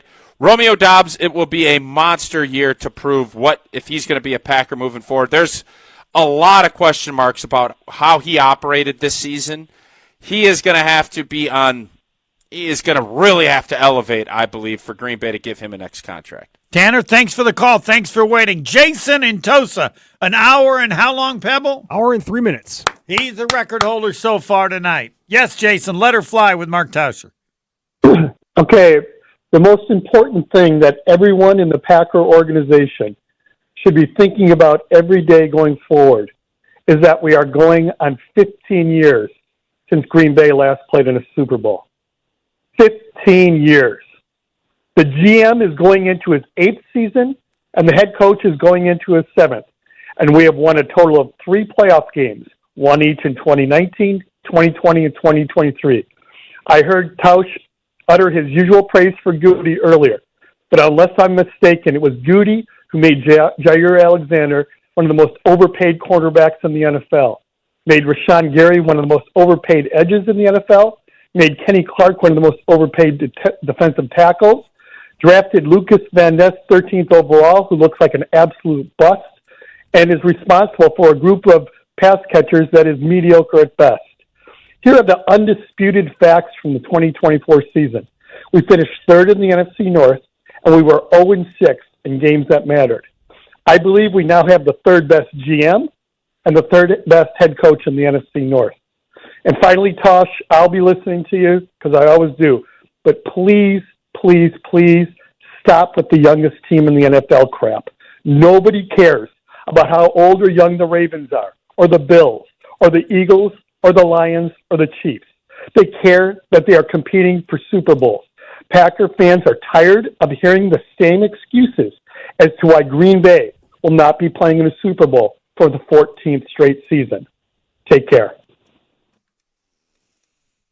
Yes, Tausch? I'm not gonna argue with his last point that people don't care about the youngest team in football. They don't. And I think the belief after last year was that with the youngest team, you're going to be better this year. If you don't get better when you have the youngest team, then it does mean nothing. Right? I just told you, I'm not going to argue. His point is very valid. I also am going to point out facts. And facts are this is an incredibly young team and a quarterback that has just finished his second year as a starter. Did I want to see more from Jordan Love this year? I did. That's it. So now you can look at it and say they did go out and pick up a couple of veterans that were studs and that have been great additions. What are you going to do next? Goody is overpaid for, who did he say, Rashawn Gary and Jair Alexander. The Green Bay Packers have $25 million under the cap right now. That's without doing anything. I don't know what all their moves are going to be, but they're going to have flexibility to go and make a big move or two that they think can help this team. Jair Alexander's not going to play in Green Bay anymore. And that contract will be off the books. So when you add that in, now what? I don't know. Rashawn Gary's going to be on this football team. We want and need more from him. This roster, I still believe there's enough talent there. Is it as good as I thought? Obviously it's not. The receiving core didn't take the step. Quarterback did not take the steps that I think a lot of us thought that they would. And when you have that, you're going to have a first-round exit. This, again, average football team this year. That's what this Green Bay Packers team was. A playoff team, but an average football team that is now ended their season and has a lot of work to do if we're not going to talk about youth and talk about them chasing a championship. I thought this year was wide open, and today was a very winnable game if you were a better team than what you are. Philly can be beaten. I was amazed how bad they were. No, Philly. They got some messy I'm taking a big pause on Philly's pass game. They looked about as disjointed as we did today. Yes. Passing the football. So I'm going to say this, Homer. Denny Green said it. Rest his soul. You are who we thought you were. Yeah. The Green Bay Packers, that is this season's mantra. We are who you showed us you are. You showed us all season, this is who you are. You're a sloppy team against really good teams. You can't just flip that switch. We didn't, and now it's lights out at Lambeau. Thanks, Tausch. You're the best. Yep. Mark Tauscher, Hall of Famer, and Mark Tauscher is going to leave because I know he doesn't want to be a part of this. A very smart caller, long time, said, Can you say a happy birthday to Jack Saganiak? He's 25. Sure. And then said, trade Jordan Love. I will join that club. I didn't want to ask Tausch about that. Happy birthday, Jack Saganiak. And trade Jordan Love. I will join that club. I will not join that club. But I understand the questions about what the hell happened to him this season. All the callers. Gary Ellerson. Next. We're back with Green Bay Game Night after this on ESPN Wisconsin and 620 WTMJ. Here's to a Wisconsin winter you will always remember. To playing outdoors in a winter wonderland. Here's to cozying up around the fire and holding someone close. And to staying downtown, where the food scene makes your heart sing. And to celebrating moments frozen in time. Here's to those who Wisconsin. Plan your winter getaway at TravelWisconsin.com. Sponsored by Travel Wisconsin. Who's looking for a deal? Well, Cousin Subs has a better deal just for you. Cousin's new $10 meal deals are now available online only. Choose between a 7.5-inch ham and provolone, turkey breast, or veggie sub, a bag of chips or regular fry, a regular fountain beverage, and cookie at cousinsubs.com or on the mobile app for just $10. Now that's a better deal. Cousin Subs, we believe in better. Available at participating locations only. Offer subject to change without notice. My overall experience with Gruber Law Offices has been phenomenal. The treatment was excellent. They will be supportive of you. They will listen to you. It was a great experience knowing that I had people to help me. I know I could count on them to do what I needed to get done. Experience with Gruber was great. They gave me my life back. It was amazing. He gets results. We know how to win. If you've been injured, call Gruber Law Offices. One call, that's all. Gruber Law Offices had my best interests at heart. Ready for a win? Well, it's your year. At Potawatomi Casino Hotel Milwaukee, you could win over $2,000 in free play every month all year long. Just play your favorite games and you might take the stage in the It's Your Year game show. 25 winners each Thursday. There's $300,000 in cash and prizes up for grabs this January. Yeah, we think it's your year.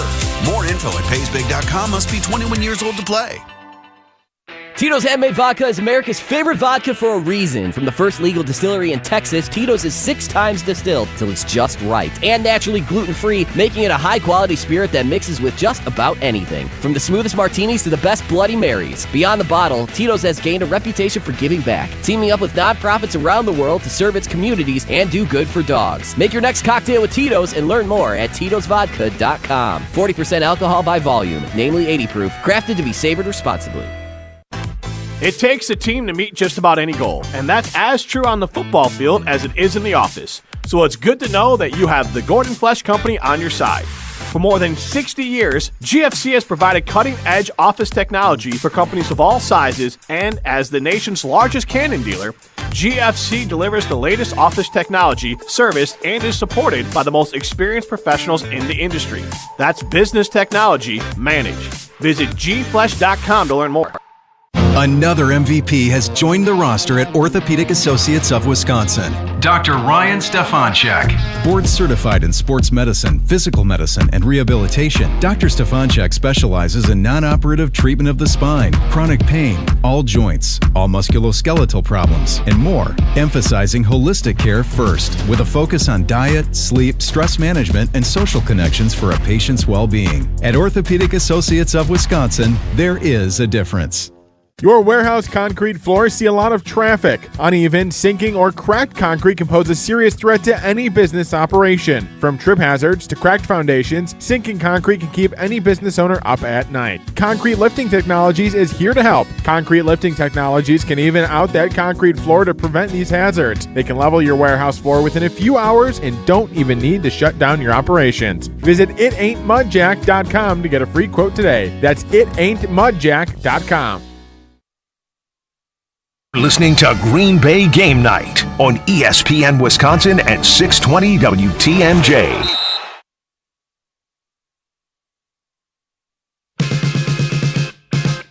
Play either Minnesota or the Rams. Here's Love, though, last gasp attempt.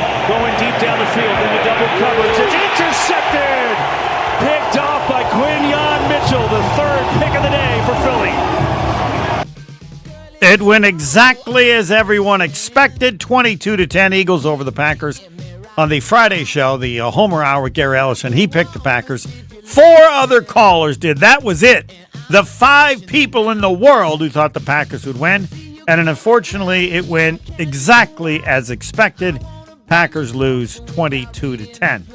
Gary Ellison will be on in a little bit. I have stated, and I don't have to go back and say I said that I was fearful that Matt LaFleur would be Steve Mariucci. Steve Mariucci lasted 6 years as head coach of the 49ers. He was 57-39, 3-4 in the playoffs. He made 1 NFC championship game, and that was his first year.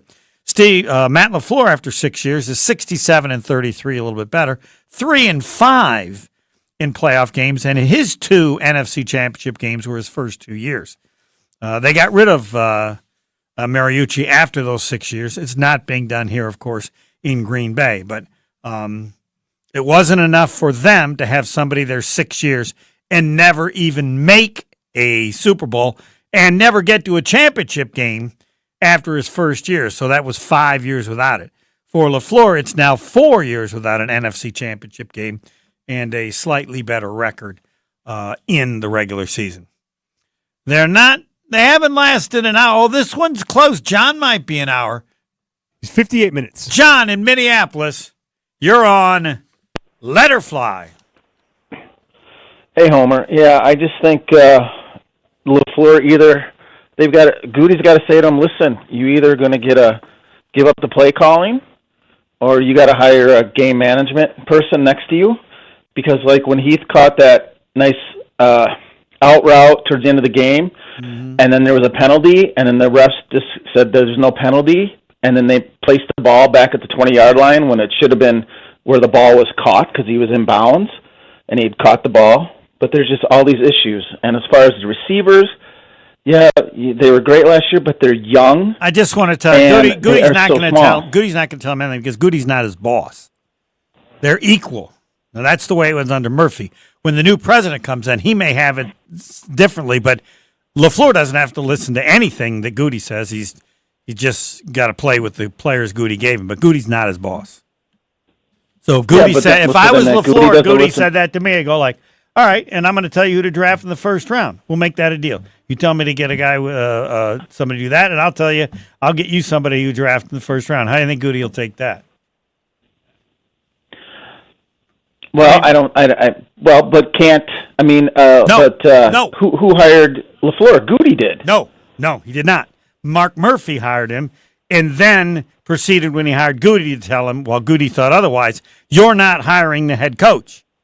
I do that. You guys are equal. You're equal to the head coach, the GM, and then I've forgotten the guy who's the what's his name? He does all the financial stuff. He's the salary cap guy. But no, that it had been done the other way, and this was the sneakiest thing Murphy ever did because he didn't tell Goody that when he applied for the job. He told him that when he offered him the job and said, "You're not picking the coach. That's me." So LaFleur, Goody actually said that he wanted another interview or something. If I have that story right, and Murphy said, "No, it's over. I want LaFleur," and so they're equals. So do you think if Ed Policy comes in and says, "Hey, we're gonna hire a person to help with LaFleur during game days," Ed Policy, yes. If he's the new president, yes, he can tell LaFleur to do whatever he says. Because if LaFleur doesn't, Policy can fire him. He's the guy. If he keeps the same setup, he might decide to do it differently. I don't know. Where like Bob Harlan said, I don't do anything. Ron Wolf makes every football decision. I just get him coffee or whatever, and then hopefully he does well enough. But so that's an important fact for people to understand in terms of assessing what's going to happen. Goody could go in to whoever the president is. I think it's time to change head coaches, and the president can say, thanks, I appreciate your interest. But doesn't have to have that authority. So right now, until policy, he doesn't take over until what, the summer? Right now, I'll have to ask Jordan. Yes, right now, they're all equals until Murphy retires, and then the new person comes in and changes the setup, which he can do in July, I guess. Yeah. So there's nothing's going to change. Whoever's here, both of them, they're going to be back. They're kind of try to do better next year, and feel like the things that Tausch accepted or suggested. Nothing's changing. They're going to roll it out the same way, and hopefully they can acquire the better players that they needed. They certainly did that at safety this year, and I guess if that's what exactly the running back that worked, and I assume they'll do the same. And at some point, I think it was Jason and Tosa. At some point, they'll take his theory that this is too long to not do better if you're the Packers, but they're not there yet. And policy is odd because policy, I believe, was with the 49ers when they treated Mariucci the way the Packers could have treated or could treat LaFleur right now. If Mariucci takes over, he could say, yeah, LaFleur's done just like what I did with Mariucci. They have almost identical records. I don't think he will, but that would be an approach similar to what the 49ers did back then. So we're going to look for next season will be much of the same. Well, it could be better if you have better players, but yes, in terms of the yes, it has the same. Detroit will be different. They'll probably lose some coordinators, but yes, they'll need to be. The lesson to be learned is you can't be a 7 seed. It's too hard. Even if they would have beaten Philly, then you got to go play at Detroit. They got to be better. You got to be better than the 7 seed. I don't know. And if they're not, then next year will be a disappointment. I don't know if 6 would be good enough. Anything's better than 7 because you have an easier first game. You don't have to play number 2. John, thanks for the call. And don't forget they're a block punt away for being 0-6 in the NFC North. Yeah, but you can't pick those ones. There were other ways that other things could have gone their way. They are, as Tausch said, they are who you think they are. They were an average team, slightly better than average, that got into the playoffs because the NFL wanted more playoff teams a few years ago. Thanks for the call. 1-800-990-3776. Gary Ellerson will join us. He's next. Stay right here. Green Bay Game Night will be right back on ESPN Wisconsin at 620 WTMJ. Monday nights this football season, huddle up for the Great Dane Huddle, driven by Janesville Kia. Scatterbury carried 50 times for us. Amen. Amen, Coach. Now he would have been giving us a hands-on hit. Yeah, Coach, and he'd break. Not so fast, Scatterbury. The Great Dane Huddle, driven by Janesville Kia. Mondays at 6 on 100.5 ESPN and Wisconsin On Demand. LabCorp Clinical Trials is changing to a new name, Fortrea. While the name may be different, Fortrea combines decades of great experience and professionalism with new opportunities for clinical trial participation.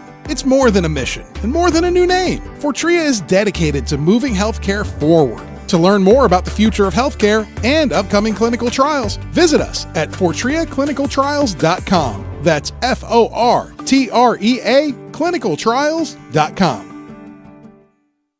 Since 1956, Holman Lindsay Paints has been making paint in Wisconsin for Wisconsin. Because of their commitment to making great paint for Wisconsinites, Holman Lindsay has grown over the years to 26 locations in this great state. Headquarters in Sun Prairie with a state-of-the-art facility, Holman Lindsay has the paint you need to make your job better. From do-it-yourself to professional, Holman Lindsay has paint for everyone. Visit one of their local locations today in Madison, Sun Prairie, Middleton, and Janesville.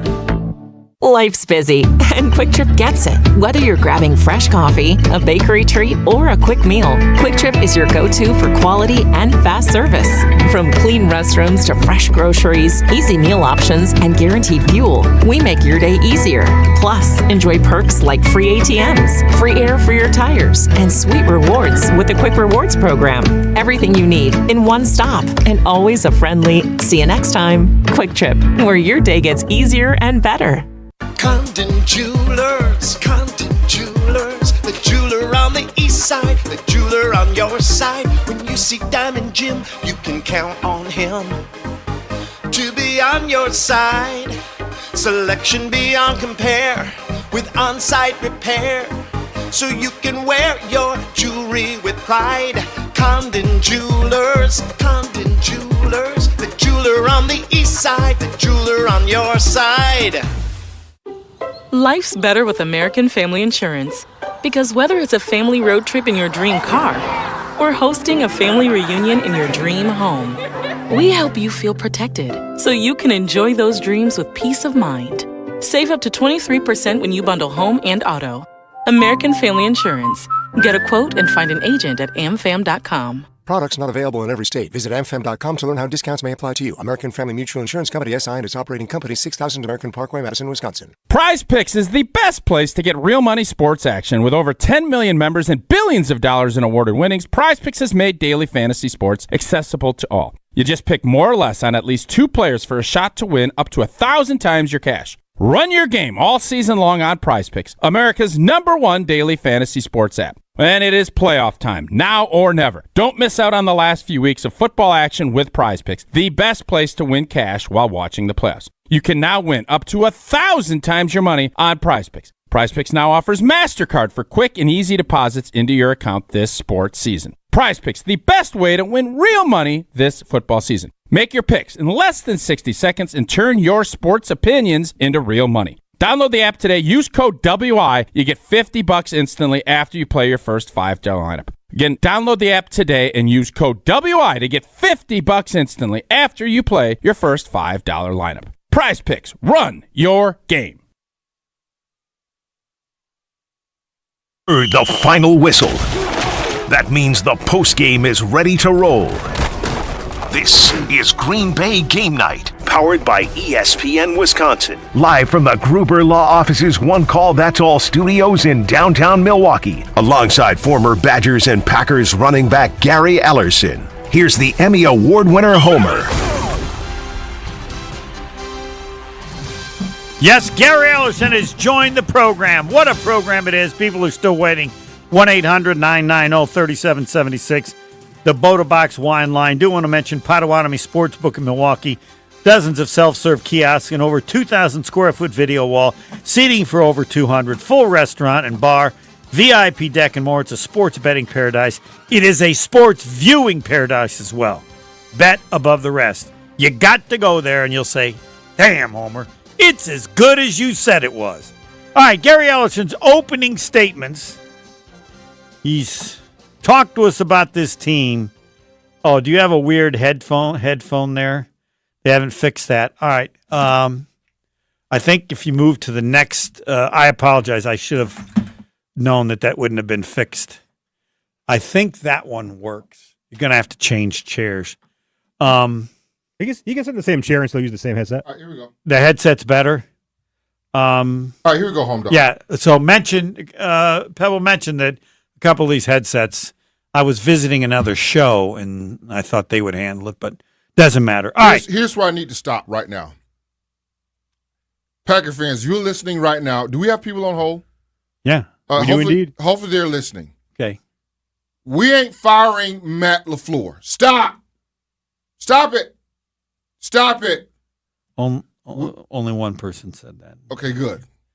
But he said that's because he wanted half. Let me go down the line. Let me go down the line. All right. Let me go down the line. Let me write these down. Not firing LaFleur. Not one of the top up-and-coming young coaches in the NFL. And I'm going to say something that may make y'all mad. We don't care. We just want you to tell us what you think. You need to stop. I don't care if you say we're the youngest team because nobody wants. We are the youngest team in the NFL, and there's a reason why we do what we do. We do what we do is there's a reason why we make bonehead mistakes and we don't be where we're supposed to be because we don't know what we don't know. We don't even know. All right, I almost said something bad just then. I'm going to have to make another analogy. You remember the one time I said we had our training wheels on? Mm-hmm. We got them off. Last season, the last half of last season in the playoffs. But we're still wobbling. Balance is not there yet. That's good. Okay. All right. But here's my question. We get a nice little run if we're like on even pavement. We can get a nice little run and go at it. But we still kind of remember when you first. A lot of people don't ride bicycles anymore, so it may be hold on. They don't use training training wheels. You know what? They have bikes that are so short that you can use your feet on the ground. Mm-hmm. So, and that might be an improvement. But anyway, back when we did, so they're still wobbling. If you on like even ground, and even ground, I will make the parallel to is the teams that you're supposed to beat. So when you're on even ground, you're okay. Hold on, but don't let you hit a bump. But when you're on those training wheels.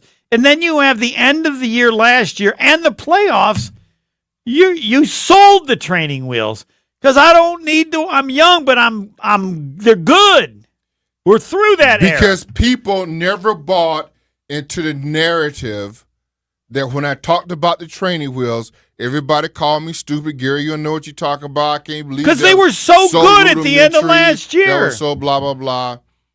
And then when you bring in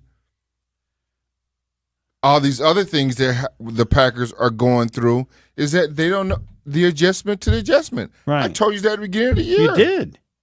I assumed the adjustment to the adjustment would be better than it was. It is.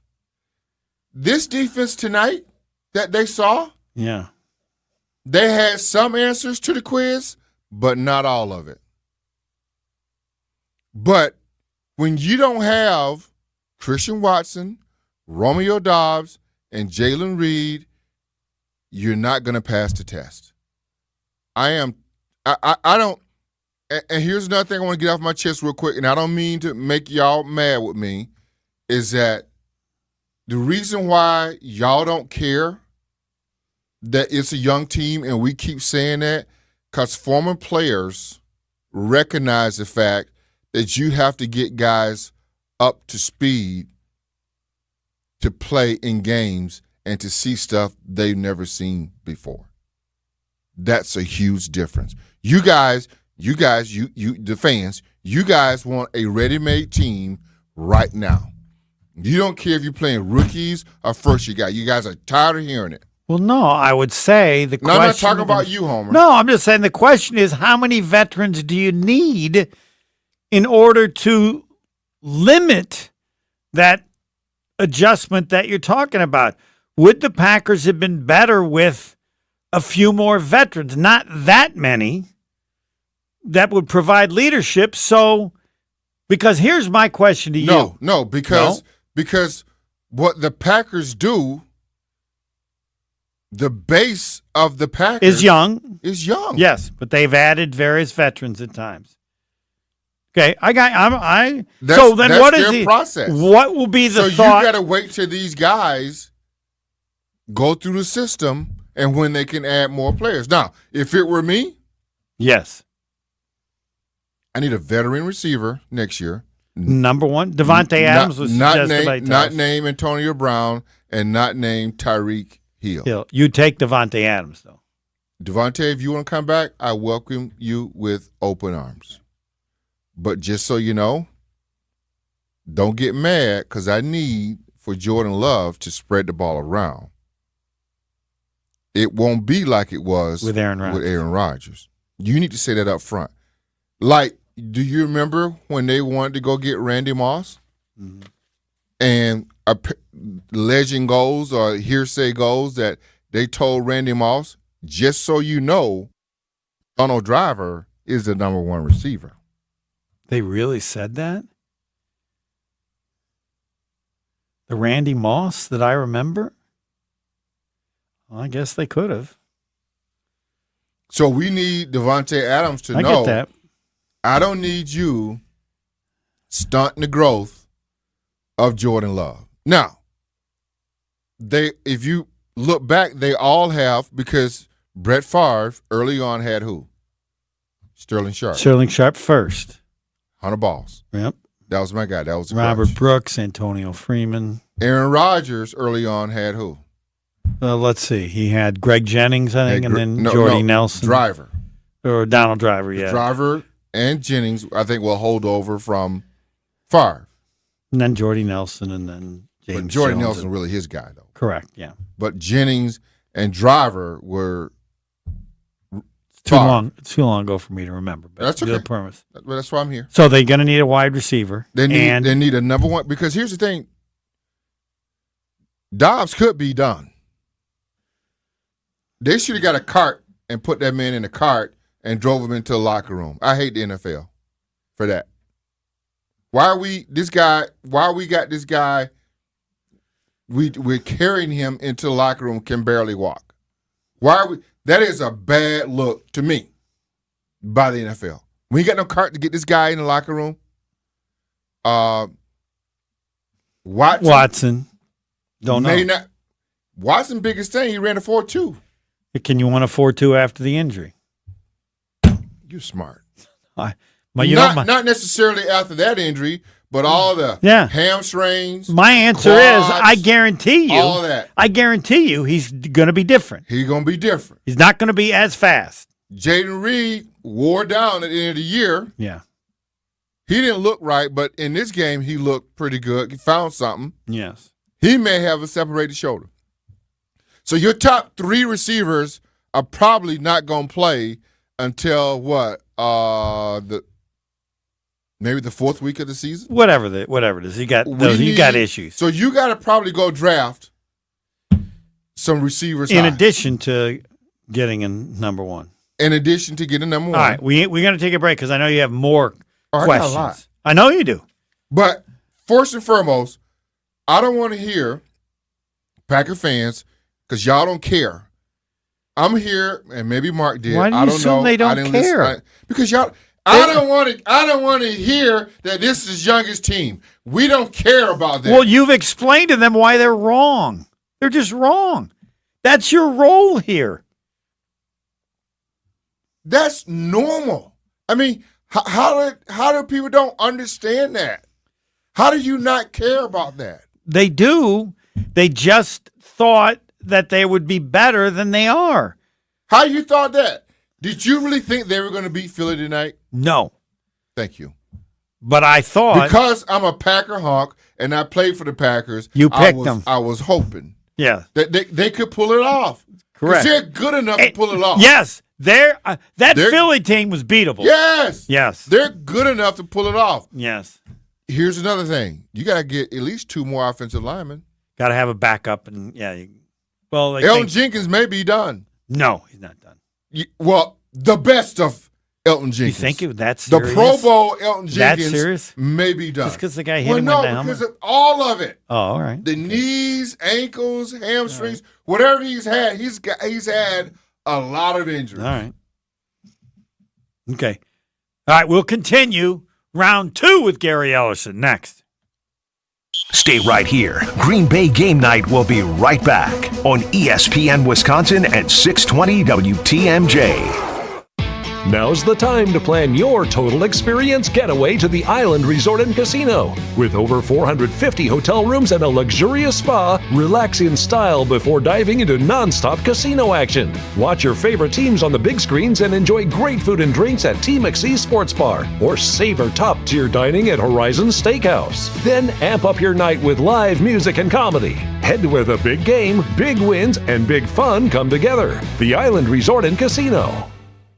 Tito's Handmade Vodka is America's favorite vodka for a reason. From the first legal distillery in Texas, Tito's is 6 times distilled till it's just right. And naturally gluten-free, making it a high-quality spirit that mixes with just about anything. From the smoothest martinis to the best Bloody Marys. Beyond the bottle, Tito's has gained a reputation for giving back, teaming up with nonprofits around the world to serve its communities and do good for dogs. Make your next cocktail with Tito's and learn more at Tito'sVodka.com. 40% alcohol by volume, namely 80 proof, crafted to be savored responsibly.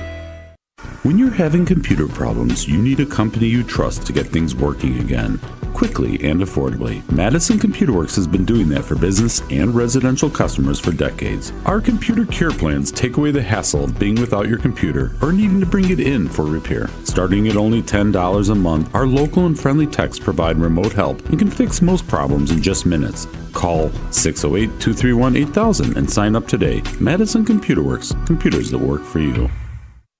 Listen to Wilde and Tausch, presented by Pella Windows and Doors of Wisconsin on 100.5 ESPN. 844-770-3776. I would ask that we can be at least a little concise. Well, that's rich. Jason Wilde telling people to be concise. All right. Wilde and Tausch, weekdays 9 to noon on 100.5 ESPN. Also brought to you by Grassland Dairy, Hallman Lindsay Paints, Coors Light, Made to Chill, and American Family Insurance. Have you been waiting to buy your next home? Stop. Now is the time to get housed. What's up, Madison? It's Stacy from Bruner Realty. Nobody has a crystal ball to know what the future holds. The longer you wait to find your next home, the better the chance you'll be paying more for it than you would be today. Don't miss out on what could be the best opportunity to find your dream home. Contact our team at BrunerRealtyInc.com to help start your search. That's BrunerRealtyInc.com. Let's get housed. Your warehouse concrete floors see a lot of traffic. Uneven, sinking, or cracked concrete can pose a serious threat to any business operation. From trip hazards to cracked foundations, sinking concrete can keep any business owner up at night. Concrete Lifting Technologies is here to help. Concrete Lifting Technologies can even out that concrete floor to prevent these hazards. They can level your warehouse floor within a few hours and don't even need to shut down your operations. Visit itaintmudjack.com to get a free quote today. That's itaintmudjack.com.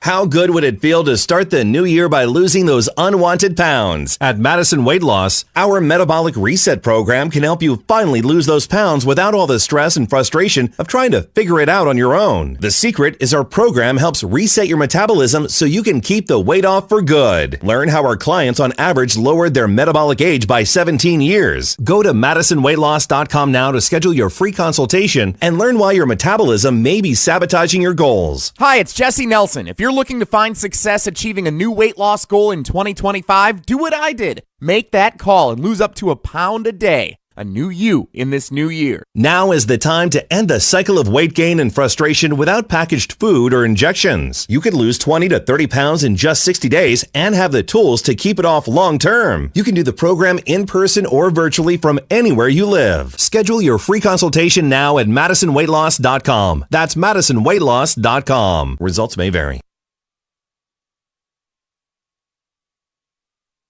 You're listening to Green Bay Game Night on ESPN Wisconsin at 620 WTMJ. React to the game by calling the Boda Box Wine Line, 800-990-3776. Let's go. You hear it? Let's go. We still got a young football team, and I'm not making excuses or anything like that. We got a young football team that, unfortunately, this is a tough lesson along the way, and hopefully we can use this as fuel to get better and learn and be a better team come next year. We will. We will. We will. Okay. You know what I went to Wisconsin?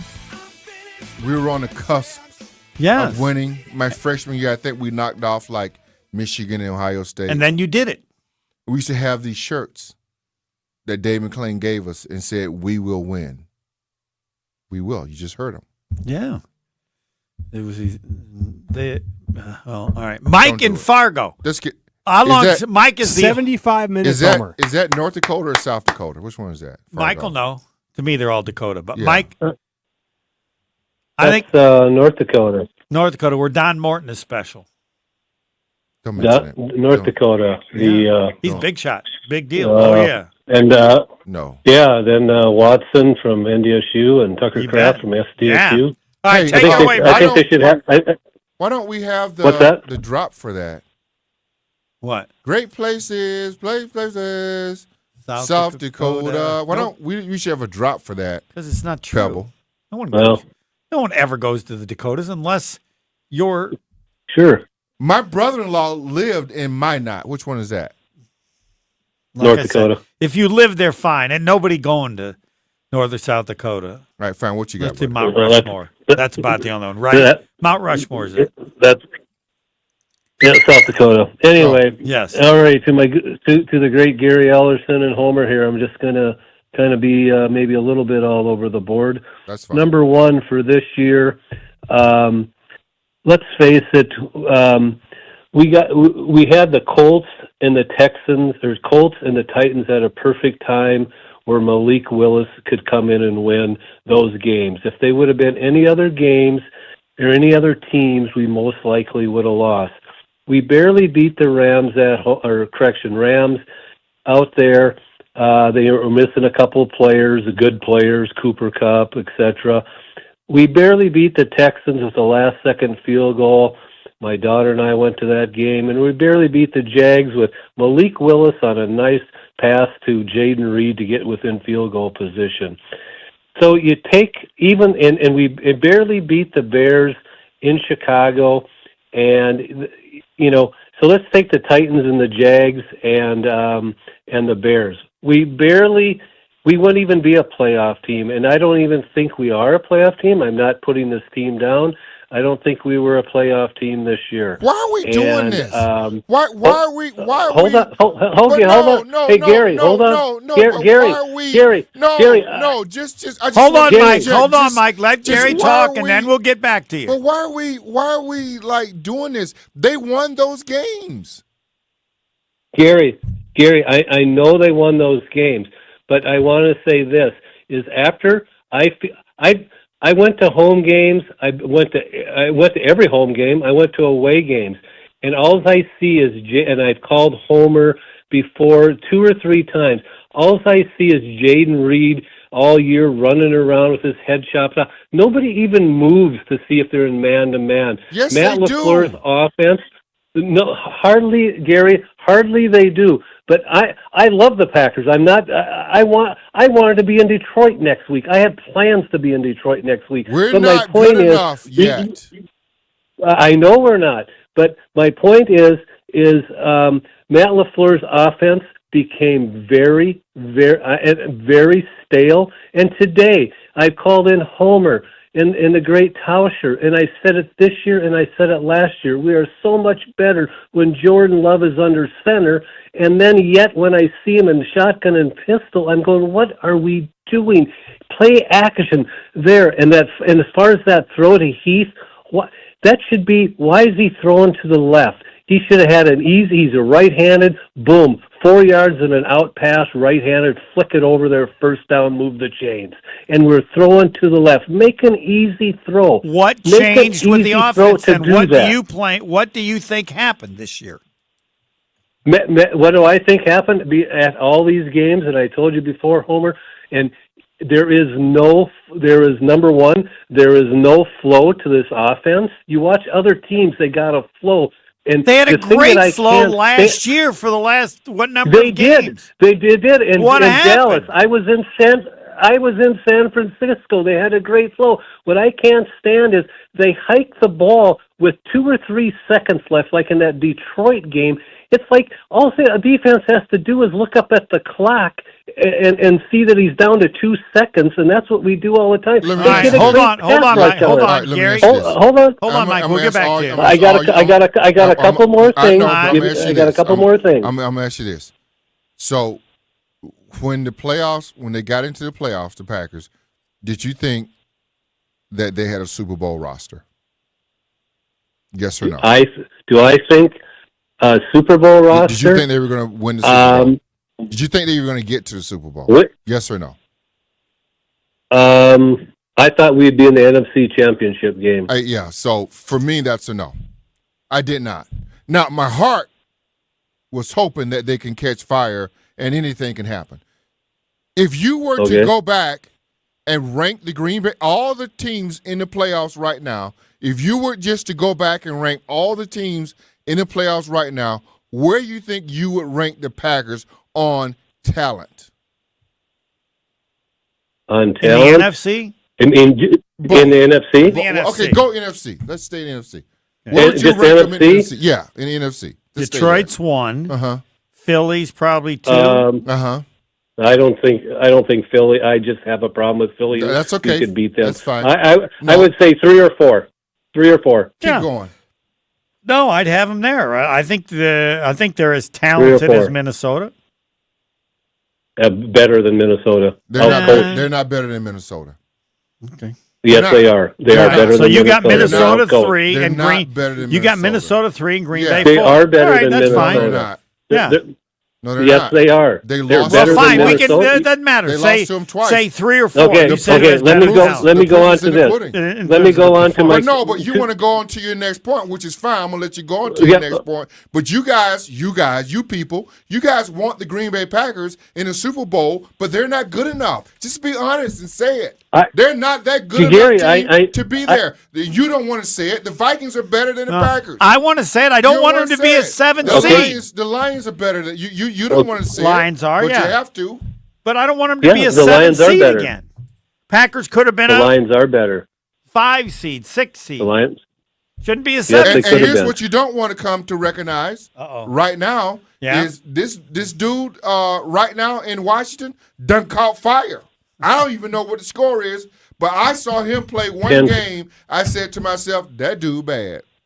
That Jaden Yeah. Daniels. Oh, yeah. Yes.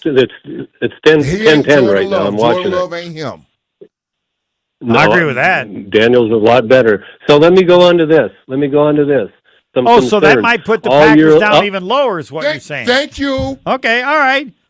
And what's Yep. happened is Well, that hold other on. teams have made huge advances not expected, like Minnesota. No way you Hold thought on. they were better than the No Packers. way I thought they were. Washington. So now you think you're number 3, and now you may be down to 5. Thank you. All right. Okay. Go ahead. I think I'm we're sorry. still 3, but hold All right, on. that's fine. Hold on. Fine, go ahead. One couple quick points, and then on to something else. The quick point is, you always ask who the number 1 receiver is this year. I think Yes. it's Tucker Kraft. That's it. Number 2, I can't. You played football.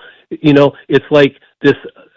Our receivers. You think Jefferson in Minnesota wants to be number 2 or 3 receiver? I just think somebody needs to be on that team, the receiver, and step up and say, you know what, I am the guy here. On what Everybody team? else has to The understand Packers. that. Packers. There isn't a person. For It's the not about Packers. stepping up. They're not that good. What? Who they got? That's what I said. Who do you want to step up? Who you want to step up? I thought Jaden Reed was the guy, and he's not. He's not. No one is.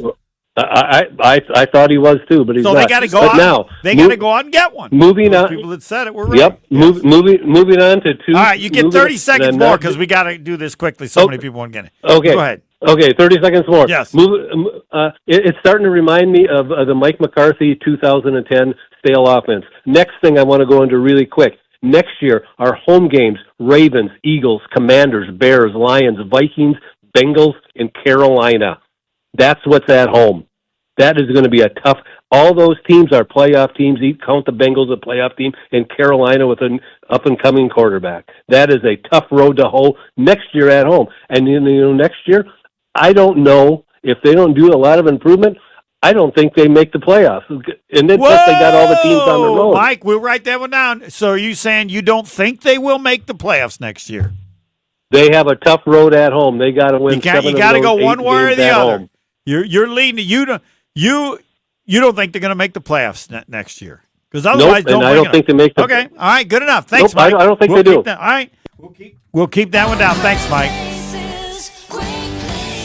South Dakota. No, we're not doing anything to promote the Dakotas. I'm sorry, I'm not. I like the. I've never been there. Clearly, it's but special. I think I'd like it. No, what? It's. I mean, like if Tucker Kraft. It's like was just- Montana. It's Canada. No one ever goes there other than Mount Rushmore, Rapid City. We'd go to Rapid City.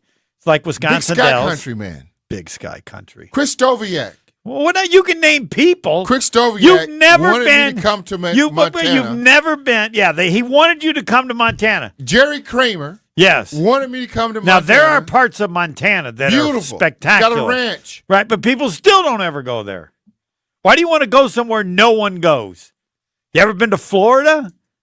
Are gummies legal in North Dakota or South Dakota? This is not a Wait, I thought marijuana I thing. thought you.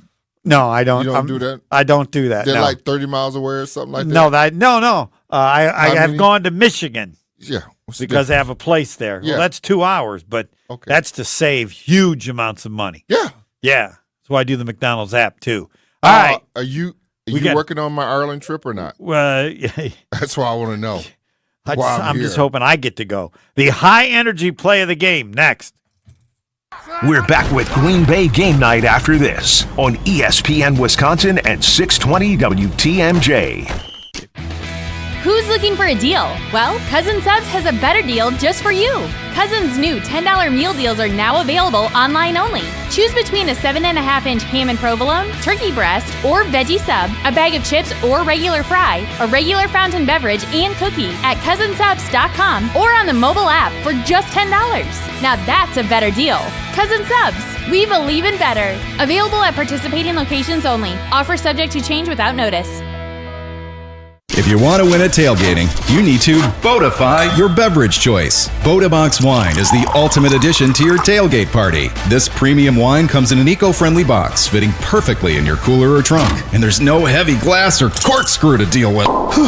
One 3-liter Boda box is the equivalent of 4 bottles of wine, so it's great for sharing. Bring the wine that wins with wine critics, where there's quality in every sip. Bodabox. Be open to anything. Please drink responsibly. Must be 21 or older. Bodabox Vineyards, Manteca, California. Ho-Chunk Gaming Madison wants you to start the year behind the wheel of a brand new ride in our Road to the Motherlode giveaway. On Friday, January 31st, there are lots of opportunities for you to strike gold. 3 winners will be chosen every half hour from 6 p.m. until 9:30, with each taking home a cash prize between $500 and $2,500. Then at 10 o'clock, one grand prize winner will receive our largest single prize ever, a $50,000 vehicle certificate. And it's only at Monday nights this football season, huddle up for the Great Dane Huddle, driven by Janesville Kia. Scatterboot carried 50 times for us. Amen. Amen, Coach. Now he would have been giving us a hands-on hit. Yeah, Coach, and he'd break. Not so fast, Scatterboot.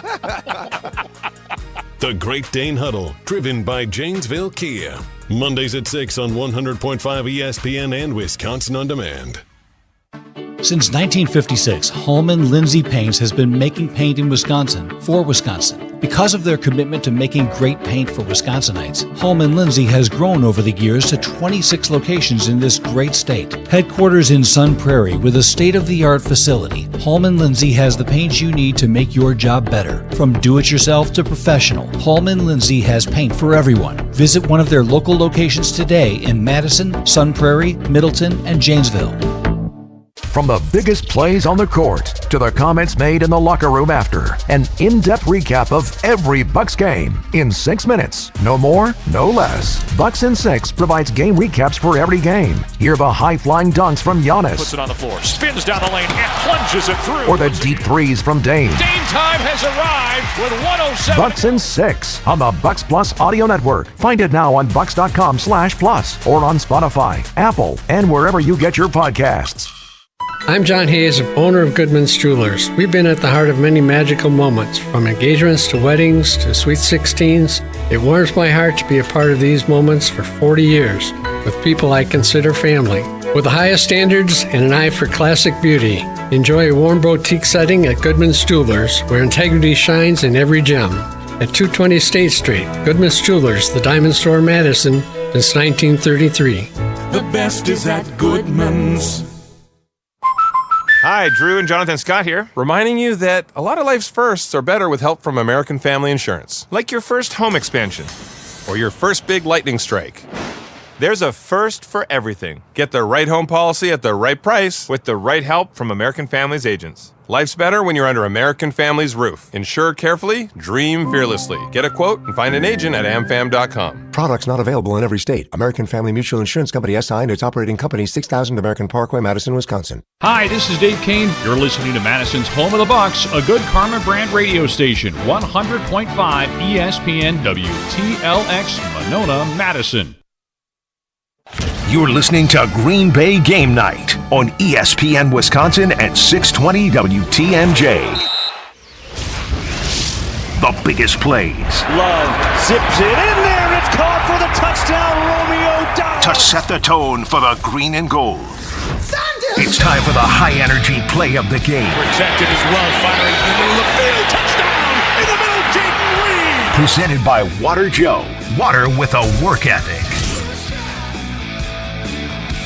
The high-energy play of the game.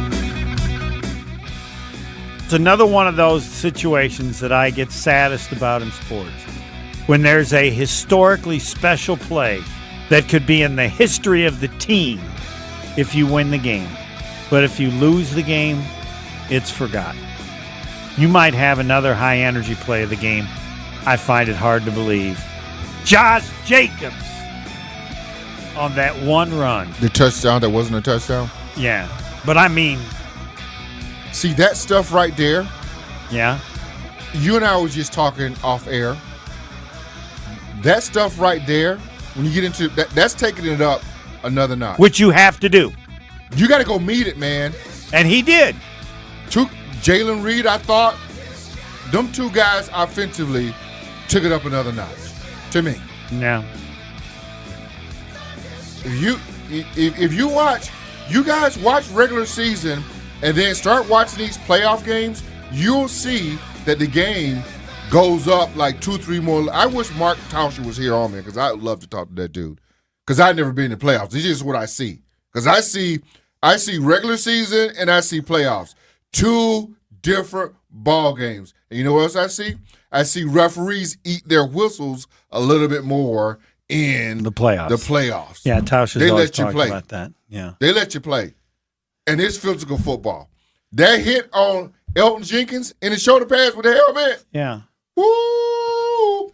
You gotta go, Elton. You gotta go hit somebody, bro. You can't be, Forrest used to say, you can't be tiptoeing around. You save spots for Forrest. Forrest used to say, you tip, and he would always. My grandmama can hit you and knock you out. Y'all always say talk about his grandmama all the time. Yes. And that's what Elton Jenkins was. And you know what? He was tiptoeing. Elton, you got to go hit somebody, bro. Yes. These guys playing for keeps. Yes, it's true. Well, when they decided it was after the game was over and it was on stupid penalties. And then that young team. I know y'all don't want to hear it. Well, no, I think that who was it that did it? Keyshawn Slayton did it. I think he did it because he thought the game was over. I'm gonna get a hit in. Keyshawn got you on the sideline over there. Come on, bro. I don't know how they called that, but what you mean you don't know how you called it? They were letting them hit everywhere. Not over there. You ain't gonna hit that dude 5 yards out of bounds and throw him down like that. Clearly, you're right. The high energy play of the game is brought to you by Water Joe. Hydrate and energize with Water Joe. No sugar, no additives, and no off flavors. Just 2 simple ingredients: water and caffeine. Visit your local Quick Trip until February 3rd for buy one, get one on 700 milliliter bottles of Water Joe. So I'm thinking those are the guys, you make note of that for players for next year that you want around and you can count on in the playoffs. Absolutely. Let me have him. Josh Jacobs, Jalen Reed, if he's healthy, let me have him. I like Dontavian Wicks showed me a little something tonight, too. Mm-hmm. Mm-hmm. They needed him. Showed me a little something tonight. Because this whole receiving room that they got maybe need to be altered a little bit, only because of injuries. Well, Devontae Adams would be nice for that purpose as well. Connor in Los Angeles. They're calling from all over the world. You're on with Gary Ellerson. Let her fly. Hey, Homer and Gary, thanks for taking my call. Lodi, Wisconsin native, current transplant in Los Angeles. Where's Lodi? Lodi, north of Madison. Okay. Just north of Madison. Is that by Spring Green or no? Yeah, close, very close. Home of Susie the Duck. Right near the Dakotas. Okay. Yes, pretty much. Yeah. May as well be. Wait a minute. Haven't heard this. You're from Los Angeles? Go on. We can't ask you about the Packers until you tell us about the fires. Are you okay? Well, we're okay. We're okay. We spent the weekend in Sedona for some fresh air. Where's your house? We've seen some ugly things. We're just north of downtown. We're just outside of the evacuation zone. Wow. Okay. So, yeah. Things are improving. But we've seen some ugly things this week, not much uglier than the Packers' offense and special teams, unfortunately. Wow. But the reason I called, I haven't heard it brought up yet. On our second to last drive, I believe it was a 3rd and 3. We did a handoff to Wilson. That got stuffed at the line of scrimmage. I've been critical of LaFleur all year, but that seemed to be a audible by Jordan Love. Just curious your thoughts there. Yeah, that's the hard thing. You never know about that. Yeah, it's when they got it with 7:33 left. They had 3rd and 3 in the 41. Wilson got nothing, and then that's when the pass was thrown to Heath, who didn't get his feet. And Brady acted like he thought the pass wasn't very good, that if the pass had been proper, that Heath would have been able to get both his feet in bounds. You're making reference to those 2 plays, right? Yeah. I would have liked to see a pass on that 3rd and 3. But then you're in a tough spot on 4th, throwing it to Heath, and it was just a little high. He was not able to get his feet my thought both was, in bounds. Gary, I don't know when you take Jacobs out. I never take him out. Unlike Barry Alvarez, Ron Dane said... I think he was hurt. Was he? Yeah, he did get hurt. He got on the 14-yard run then. Yep. Or the pass to him. Yep. Okay, all right. That's another thing, too. Jacobs could have went out of bounds, but he fought for another 3 or 4 yards, which I respect, but he got dinged up in doing so. Excellent point. All right, But, next year. The key here is now, what are you thinking about next year? That's put this in perspective of, because no one could say they were surprised at what happened in this game. No one. Right. I expected the Packers to lose. I had hope that we could find a way to win. But in saying that, I thought, the defense would have to show up, and they did. And they did. You hold the Eagles to, I thought we would have to score 30 to beat the Eagles. So what are you thinking about next year? We held them in check. What are you thinking about next year? Are you confident? There are some serious question marks. There's no doubt about it. LaFleur has to grow as a coach. Love has to grow as a quarterback. Just consistency and decision making, and Goody too. Tough spots. All right. This is a young team. I definitely endorse the Devontae. What is the most serious question mark for you going to next season? For me, it's the edge rush. Okay, all right, got to go. You got to get home. Got to get home more often. I'll say what everybody does. Be safe, and I'm sure you figured it out. And it sucks. I lived out there in Encino, and it even got up to the San Fernando Valley, right up in that area. I think they've got a fire now, and they're way outside L.A. All right, what is your number one question mark? It can't be just one. Well, it's got to be one at the top of the list, though. There are a number, but what's at the top? What's your number one most serious question mark? Number one receiver. Yeah. I'd take that over the pass rusher. And they got to go get somebody. You got to go pay for somebody like you did for McKinney and like you did for Jacobs. You got to recognize you need that. And I don't know who's out there right now. Well, you said Devontae. Devontae. There are other guys out there. But you always hope there's somebody as stupid as the Giants will give you a really good player. And they want to get rid of him. And Packers always want young. Right. But at some point, Goody then has to realize we're there. We're close. Yeah. This pushes us over the top. When he went and got the Smith brothers, because I think you had lost, Matthews? Yeah, he brought Amos, and he brought four guys in. Matthews, what was the other corner? I can't remember. Nick Perry? Yeah. I think you lost Matthews and Nick Perry right about the same time, and you need two pass rushers. He went out and shored that up. So right now it's receivers. What you got? You got another caller? I do. We have Chris in Denver. They're calling from all over the world. Let's go. Chris, you're on with Gary Ellison, Butterfly. What's up, Chris? Oh, man, lifer fan. I grew up in the 80s up north in Nashville, Wisconsin. Now I'm in Denver. But I think what started this whole thing, I know, a young quarterback, it's important to just have that consistency. And this team had such great momentum coming off that 23 season where they finished with a bang, and Love was like 24 touchdowns, 2-3 interceptions, whatever those stats were, playoff victory against Dallas, and they took the NFC representative of the Super Bowl to the brink. So I don't understand what the general manager was doing by throwing $48 million at the running back position, and you kick Big Brother out of the building. And when you kick Big Brother out of the building and Aaron Jones, you got rid of veteran leadership, and then the burst that Aaron Jones has, and I love Josh Jacobs, but he doesn't have that, when he's getting 8 to 10 yards, Jones, he's going to get 20, maybe 25 yards. And there's a difference there. There was a flow. LaFleur knew how to call plays with that offense. Jordan Love would get into rhythm with that. Why would you tinker with that in the second year of a young guy's development? Because look at C.J. Stroud. It's different in year 2 in this league. Dak Prescott, number 1 seed, 13-3 his rookie year. We knocked him out of the playoffs. Next year, 8-8, not even in the playoffs.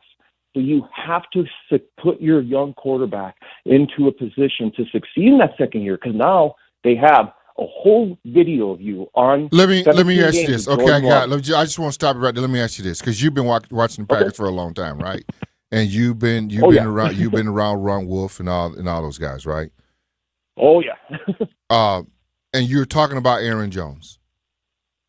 Name me another player, veteran, that they let go too early.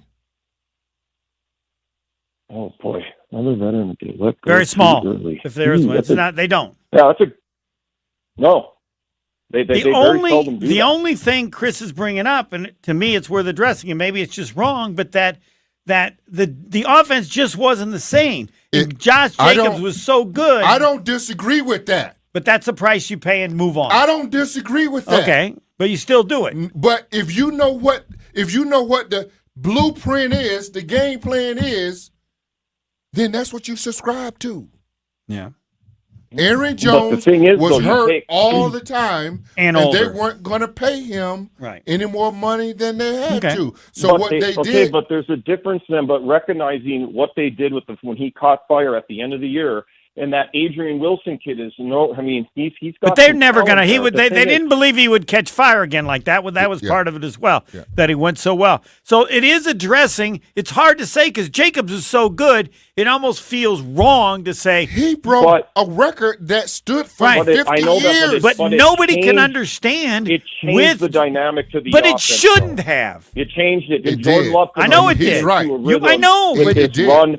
Okay, so you have to adjust that for next year and figure it out. Exactly. Okay. It did. And is LaFleur capable of doing something different? He kind of has his approach. McCarthy had his approach. They don't change a whole lot.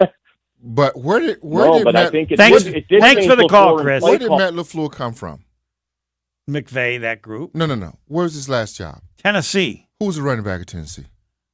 Was it the big dude? I think he might have been. The Ravens? Yeah. He know what that is. He had one. Well, maybe. I don't know. Their offense wasn't that good that year. No, it wasn't. That was a problem. It wasn't. So, but he had a bell cow. Okay.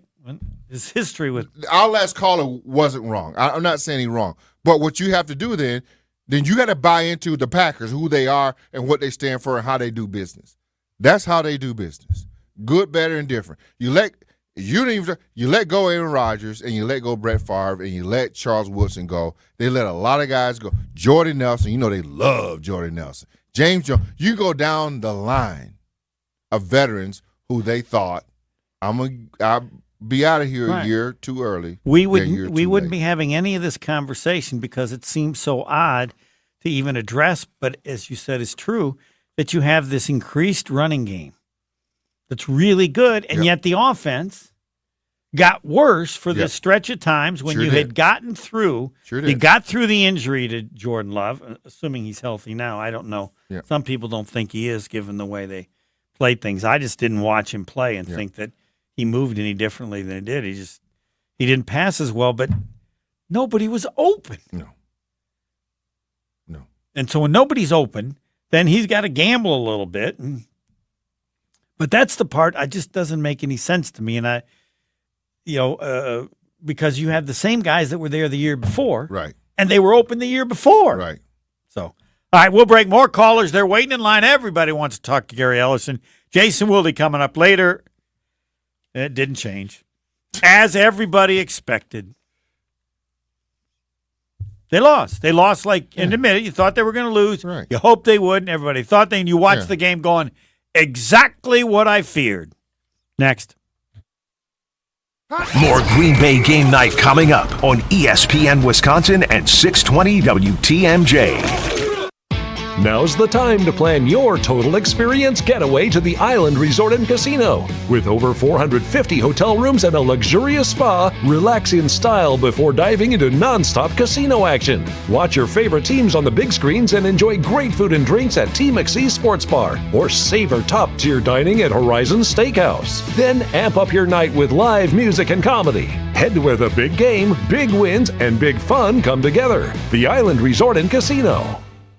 Ready to elevate your game? Whether you're into basketball, soccer, volleyball, or pickleball, OAW Indoor Sports Complex in New Berlin has it all. Rent our state-of-the-art turf fields and hard courts, perfect for teams, birthday parties, or corporate events. Looking to improve your swing? Check out our advanced golf simulators. And parents, don't miss our summer camps and toddler play zones for endless fun. Visit OAWindoor.com to book your spot today. OAW Indoor Sports Complex, where champions train and memories are made. Purchase your tickets, grab some friends, and get to the Sylvie on Monday, February 24th for Andy North Trivia Night, presented by Exact Sciences. Enjoy a fun and inspiring evening of trivia, music, food, and refreshments while helping to raise money for UW Carbone Cancer Center. This fun and inspiring event is hosted by Andy North, and in addition to the trivia, the lineup includes a silent auction, celebrity appearances, and prizes. Doors open at 6 p.m. Visit AndyNorthAndFriends.com to buy your tickets. Past year's events have sold out quickly, so get your tickets today. Come see what the buzz is all about at Madison Axe, Madison's state-of-the-art entertainment spot. Enjoy 8 lanes of axe throwing, craft beer, interactive games, plus digital target projection and scoring. For even more fun, check out their indoor backyard with 2,000 square feet of shuffleboard, cornhole, yard games, bar table games, and more. Perfect for date night, groups, corporate meetings, or private events. Madison Axe is your destination for all things fun. Throw it, nail it, celebrate. Go to MadisonAxe.com or head to their location on Stoughton Road today. If you're looking for a special piece of jewelry for any occasion, Condon Jewelers is always there for you. Condon Jewelers has the best selection of jewelry you'll ever find and guaranteed to have the lowest prices in the Madison area. Free shipping is always available. Visit CondonJeweler.com or call 241-3406 and ask for Jim, the owner, who's at the store every day. Shop locally. Condon Jewelers, the jeweler on the east side, the jeweler on your side. Life's busy, and Quick Trip gets it. Whether you're grabbing fresh coffee, a bakery treat, or a quick meal, Quick Trip is your go-to for quality and fast service. From clean restrooms to fresh groceries, easy meal options, and guaranteed fuel, we make your day easier. Plus, enjoy perks like free ATMs, free air for your tires, and sweet rewards with the Quick Rewards program. Everything you need in one stop, and always a friendly, see you next time, Quick Trip, where your day gets easier and better. Are you taking GLP-1 injections like semaglutides, but wondering how you can keep the weight off long term? Or maybe the weight just isn't coming off as quickly as you thought it would? If you weren't given a specific food plan to follow, you might be at risk of putting the weight back on once the injections end. At MadisonWeightLoss.com, our supervised nutrition plan could help support you and maximize your weight loss results now and empower you with the tools to keep the weight off long term once the injections end. Hi, it's Jesse Nelson. If you're looking to find success achieving a new weight loss goal in 2025, do what I did. Make that call and lose up to a pound a day. A new you in this new year. Schedule a free consultation at MadisonWeightLoss.com. At MadisonWeightLoss.com, we offer a proven approach to losing up to 1 pound of fat every day without exercising or prepackaged foods or counting calories. Plus, our strategies can help you keep the weight off long term. Don't wait. Go to MadisonWeightLoss.com to schedule a free consultation. That's MadisonWeightLoss.com. Results may vary. This is Green Bay Game Night on ESPN Wisconsin and 620 WTMJ. We lost to some really good teams, and we just got to we'll look at those games, but we got to find ways to just execute and win those big time games like that.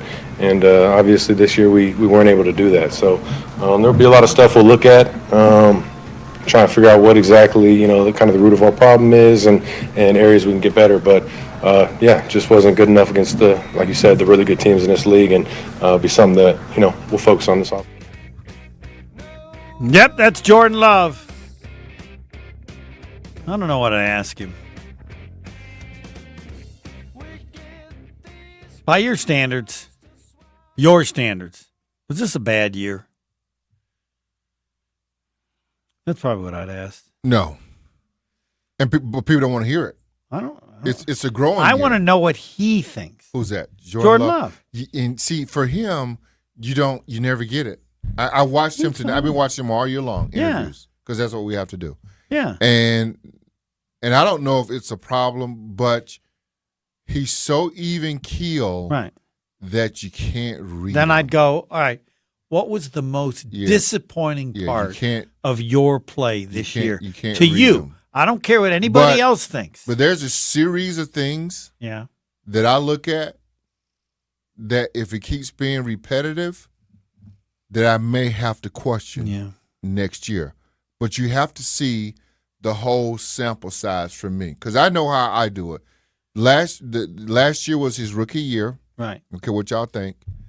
And there was 2 seasons last year, the first half and the second half. Mm-hmm. This year, I called it the adjustment after adjustment. And this upcoming year, his third year, he's pretty much should have seen about 80% of the stuff that he's supposed to see. This Vic Fangio defense is real. Yes. When he's got the right players. And that Eagles defense is a really good defense, and they can do a lot of different stuff to you that will confuse Jordan Love and Matt LaFleur. I see Jordan Love's got a great arm, great athlete, can run. But he does not have the ability yet, as some quarterbacks do, to make their receivers open. By this, like Allen at Buffalo's, there are other ones. But if the receivers are open, he can get her done like he did last year. But when the receivers aren't open, then a quarterback has to do whatever his strangeness is, whatever his own skill is, that to make receivers open. Now, some, like Jalen Hurts, I don't think he throws the ball. I don't think he can make receivers open. When nobody's open, you know what he does? Runs. See, I disagree with that Okay. with Jordan Love. And All I right. can give you the play tonight. Dontavian Wicks was the play tonight. Yeah. And he does that a lot.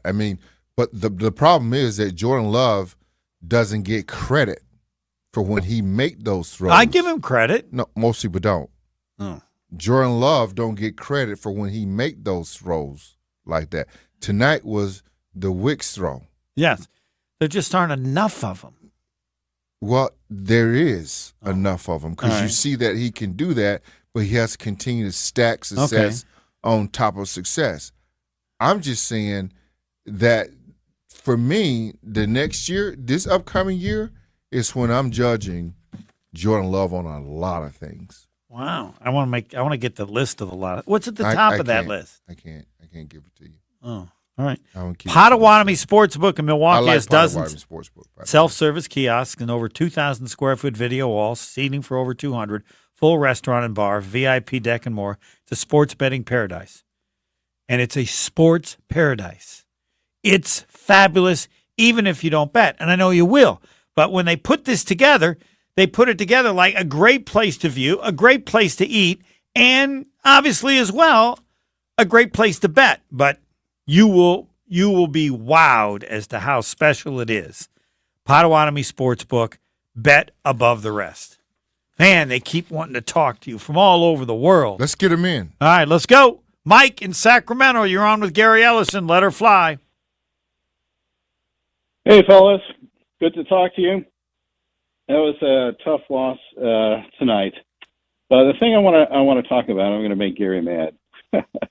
Not possible. Not possible. No. Give it your best shot. Give it a shot. You want Matt LaFleur fired? That won't get you mad. Well, Would I get you mad if he said that? For one Jordan coach. Love is coach. overpaid? Or, I don't know. I think he's No, overpaid. No, it's But they all are. Okay. Well, Go ahead. I'm sorry. but yeah, I do have a concern about Matt LaFleur, and kind of to your point, Homer, is he Steve Mariucci? Have we reached the ceiling with how far Matt LaFleur can take the Packers? And I think that's going to be scrutinized next year. All right, stop. But my thought is... I will let you Okay. finish, Mike. Gary, what do you think? And I hear you've been tossing this Steve Mariucci I did it after a couple of years. thing Yeah. around. I heard you. Yeah. The toss records that are around. almost identical. Yeah, And- I'm gonna come back to that. Let me let Okay. him finish. I do want to hit that because I want to talk about that tonight. But go ahead. Caller. Okay. So just to hit my thought, if Bill Belichick were interested in this job and if he has a buyout in his contract with North Carolina, Apparently does. I would make that change immediately because he brings game planning that Matt LaFleur hasn't shown he's adept at, or maybe not at the level of Bill Belichick, because he will identify a team's weakness and he will attack that weakness, and it's a game by game approach. And I'm concerned about LaFleur with the lack of discipline. Can I just hold on? Can I go back? Can I just go back? Hold on, Can I Mike. just go back to Belichick real Yeah. quick, if you don't mind? Sure. Yes. What did Belichick do without Tom Brady? He didn't do much his last few years. Yes, that's true. Well, he's got Jordan Love. And one of my criticisms of LaFleur this season, but maybe Jordan Love he's able isn't to Tom fig- Brady. Well, yes, but he's your franchise quarterback, and you got to get him playing better. And he regressed this year, and it seemed like a big reason for that. He couldn't figure out how to marry running game with Jacobs with a passing game. And it appears to me that he pulled Jordan Love back. Like Love had that period of games where he's throwing. Hold on, picks, I'll let but you he's finish, also but throwing TDs. Bill Belichick, his last 4 years in New England, didn't make the playoffs. 3 of the 4, 7-9, 10-7, 8-9, and 4-13. I think Jordan Love is better than any of those quarterbacks he had at that time, and he also won games with Jimmy Garoppolo one season where Brady didn't play at all. Matt LaFleur won games with Malik Willis. Yeah. Yes, but with a style that he could beat those opponents with. Doesn't matter. All credit to Doesn't LaFleur matter. for With that. the style that Garoppolo You're could not win winning. with. I guess my larger point is what's critical for the Packers' future success is getting Jordan Love to play better and having a more effective passing game. And what we saw this year gives me some concern about LaFleur. And coupled that with the slow starts, the sloppy play. And LaFleur was 1-5 in the NFC North this season. And what is he, 1-7 against the Lions over the last 4 seasons? And it's only going to get tougher. Well, let me ask you this. Let me ask you this. And I asked another call this tonight. Yes. Where would you rank the Green Bay Packers talent-wise right now in the NFC with the remaining playoff teams? With the remaining playoff we got teams? Detroit and Philly as 1-2, right? Didn't we do that? Now, your other choices are Minnesota, Washington, Green Bay. Minnesota's ahead of us. Okay. And they're on par with Washington, and I think they're probably better in Tampa Bay. Agree. Okay. So that puts you at 4 or 5. Yeah. Okay. But Belichick will put you in the Super Bowl, though. I think he will bring with this team. The discipline. No. and That's the not what I game asked you. That's not what I asked you. That's what I asked you. Okay. Belichick will put you in the Super Bowl with this team, regardless of the talent. No. I'm asking him. Oh. Okay. I think next season. Yes, with this talent, Mike. This is a great question. How far would he take the Packers with this talent? How far, Mike? Super Bowl? Because that's. I would say at least championship game. Okay. All right. Thanks for the phone call. I appreciate Thanks it. for the call. See, this what makes me mad with you Packer fans. You guys are spoiled. And Homer, I'm gonna blame you. Good. Go right ahead. Because Mariucci was a damn good coach. And that's what we end up doing in this chasing the Super Bowl. And I get it because we all want to get there. I don't know what was his record as a head coach? Mariucci in 6 years. The first year he got him to the NFC Championship game. And this is San Fran. Next 5 years, and his record was 57-39. Now I want to ask you this. Yeah. Who was his quarterback? He had Steve Young some of the time. What was his record with Steve Young? Okay. I'll look that. It was 57-39, of course. Because see, all this stuff to me. Well, but the Packers, the same with LaFleur. He had Aaron Rodgers, and then. Exactly. All this stuff to me, y'all want to dismiss these coaches, but all this stuff to me is about quarterback play. Right. Now, sometimes you can be the Ray Lewises in them, and sometimes you can be the Warren Sapps in them. I don't know if you can anymore, though. Not anymore, but when those guys won it, that's what they had. So sometimes you can be that and win, but it's a new game. You got to be better offensively. No, you're 100% right. So when we start judging these coaches, what quarterbacks did they have? Correct. And his changed, and I don't have to go back. I don't know. I mean, what was the one guy they had that T.O. didn't like? I forget the little guy that they had at San Fran. I think he had him. What was his name? I don't know, but I can look. You know what I'm talking about? I know, but your premise that San Francisco never really rebounded. It's not like they got all of a sudden a lot better. That they used to have anymore. Correct. That passed them by. Right. You could almost say that Mariucci did as well as he did with what he had. There was no more Jerry Rices in the cupboard anymore. There was no more Roger Craigs in the cupboard anymore. Those guys were gone. So when you start talking about Mariucci, and then didn't Mooch go to Detroit too? Yeah, it was terrible.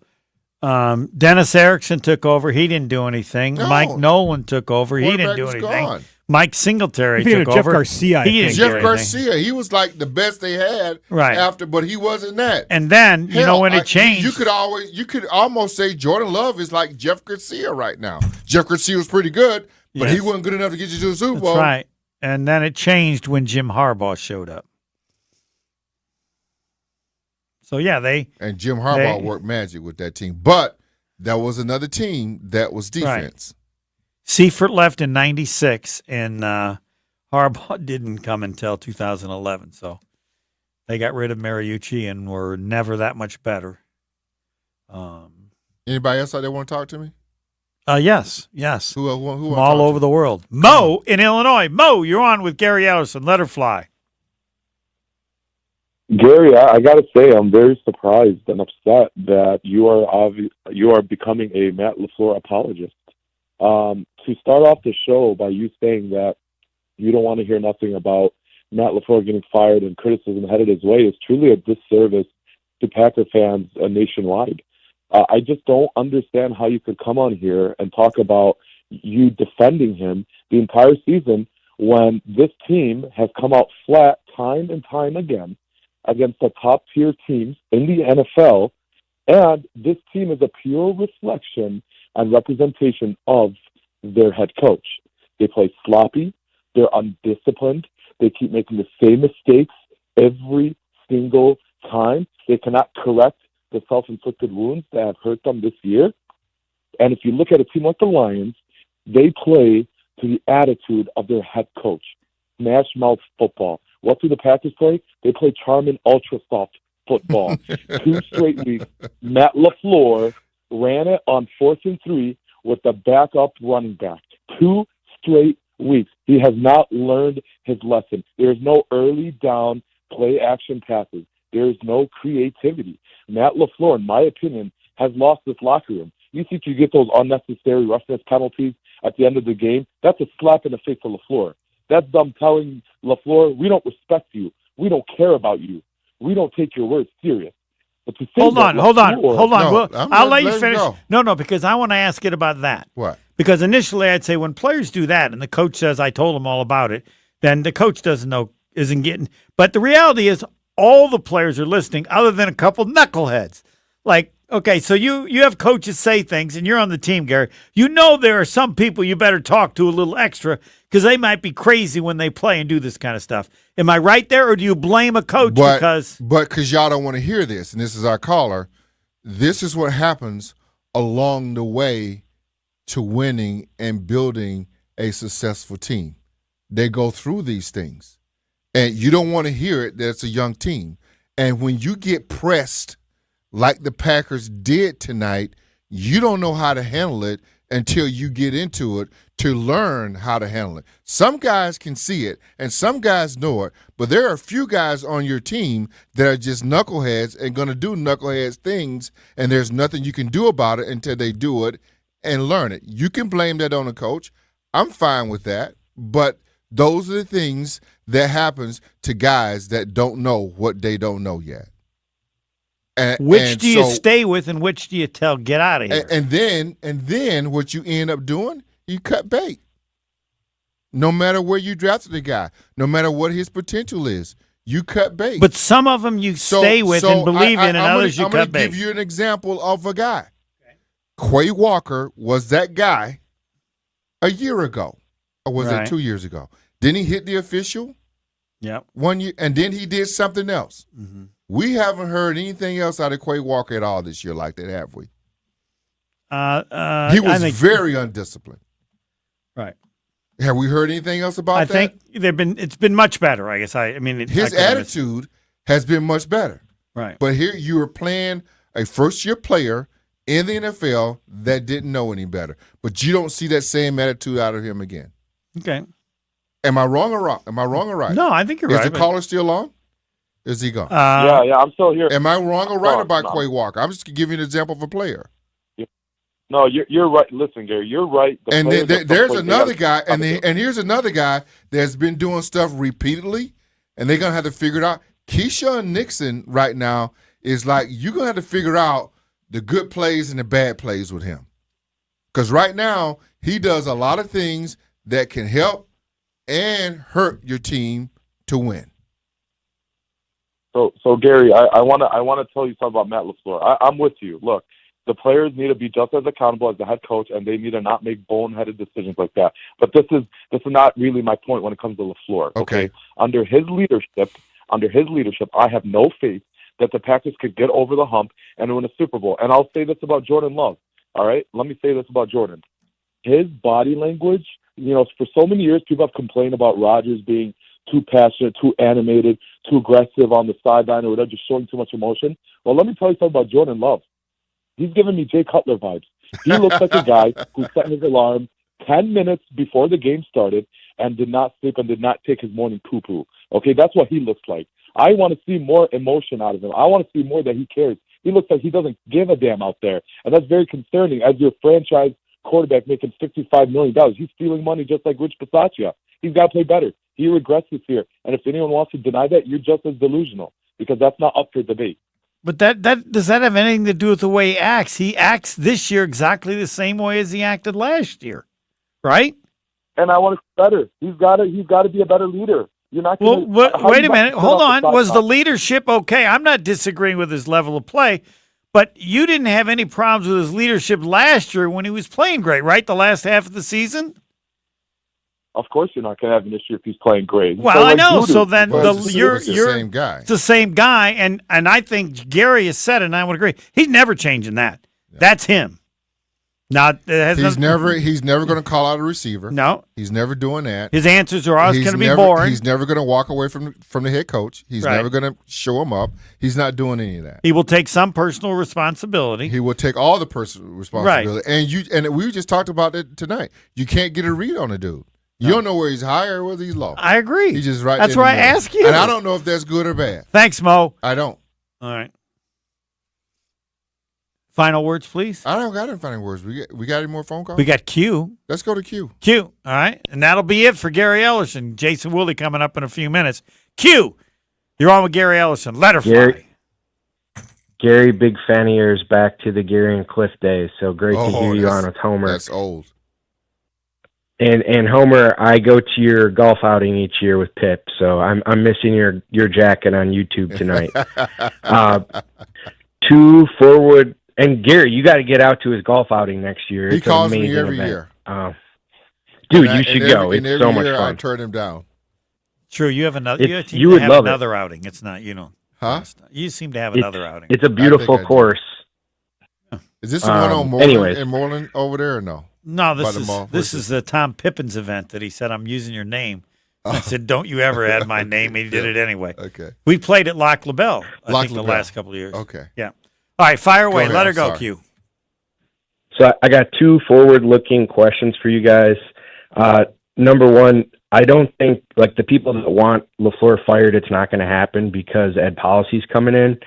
I'm going to ask my questions and then I'll hang up.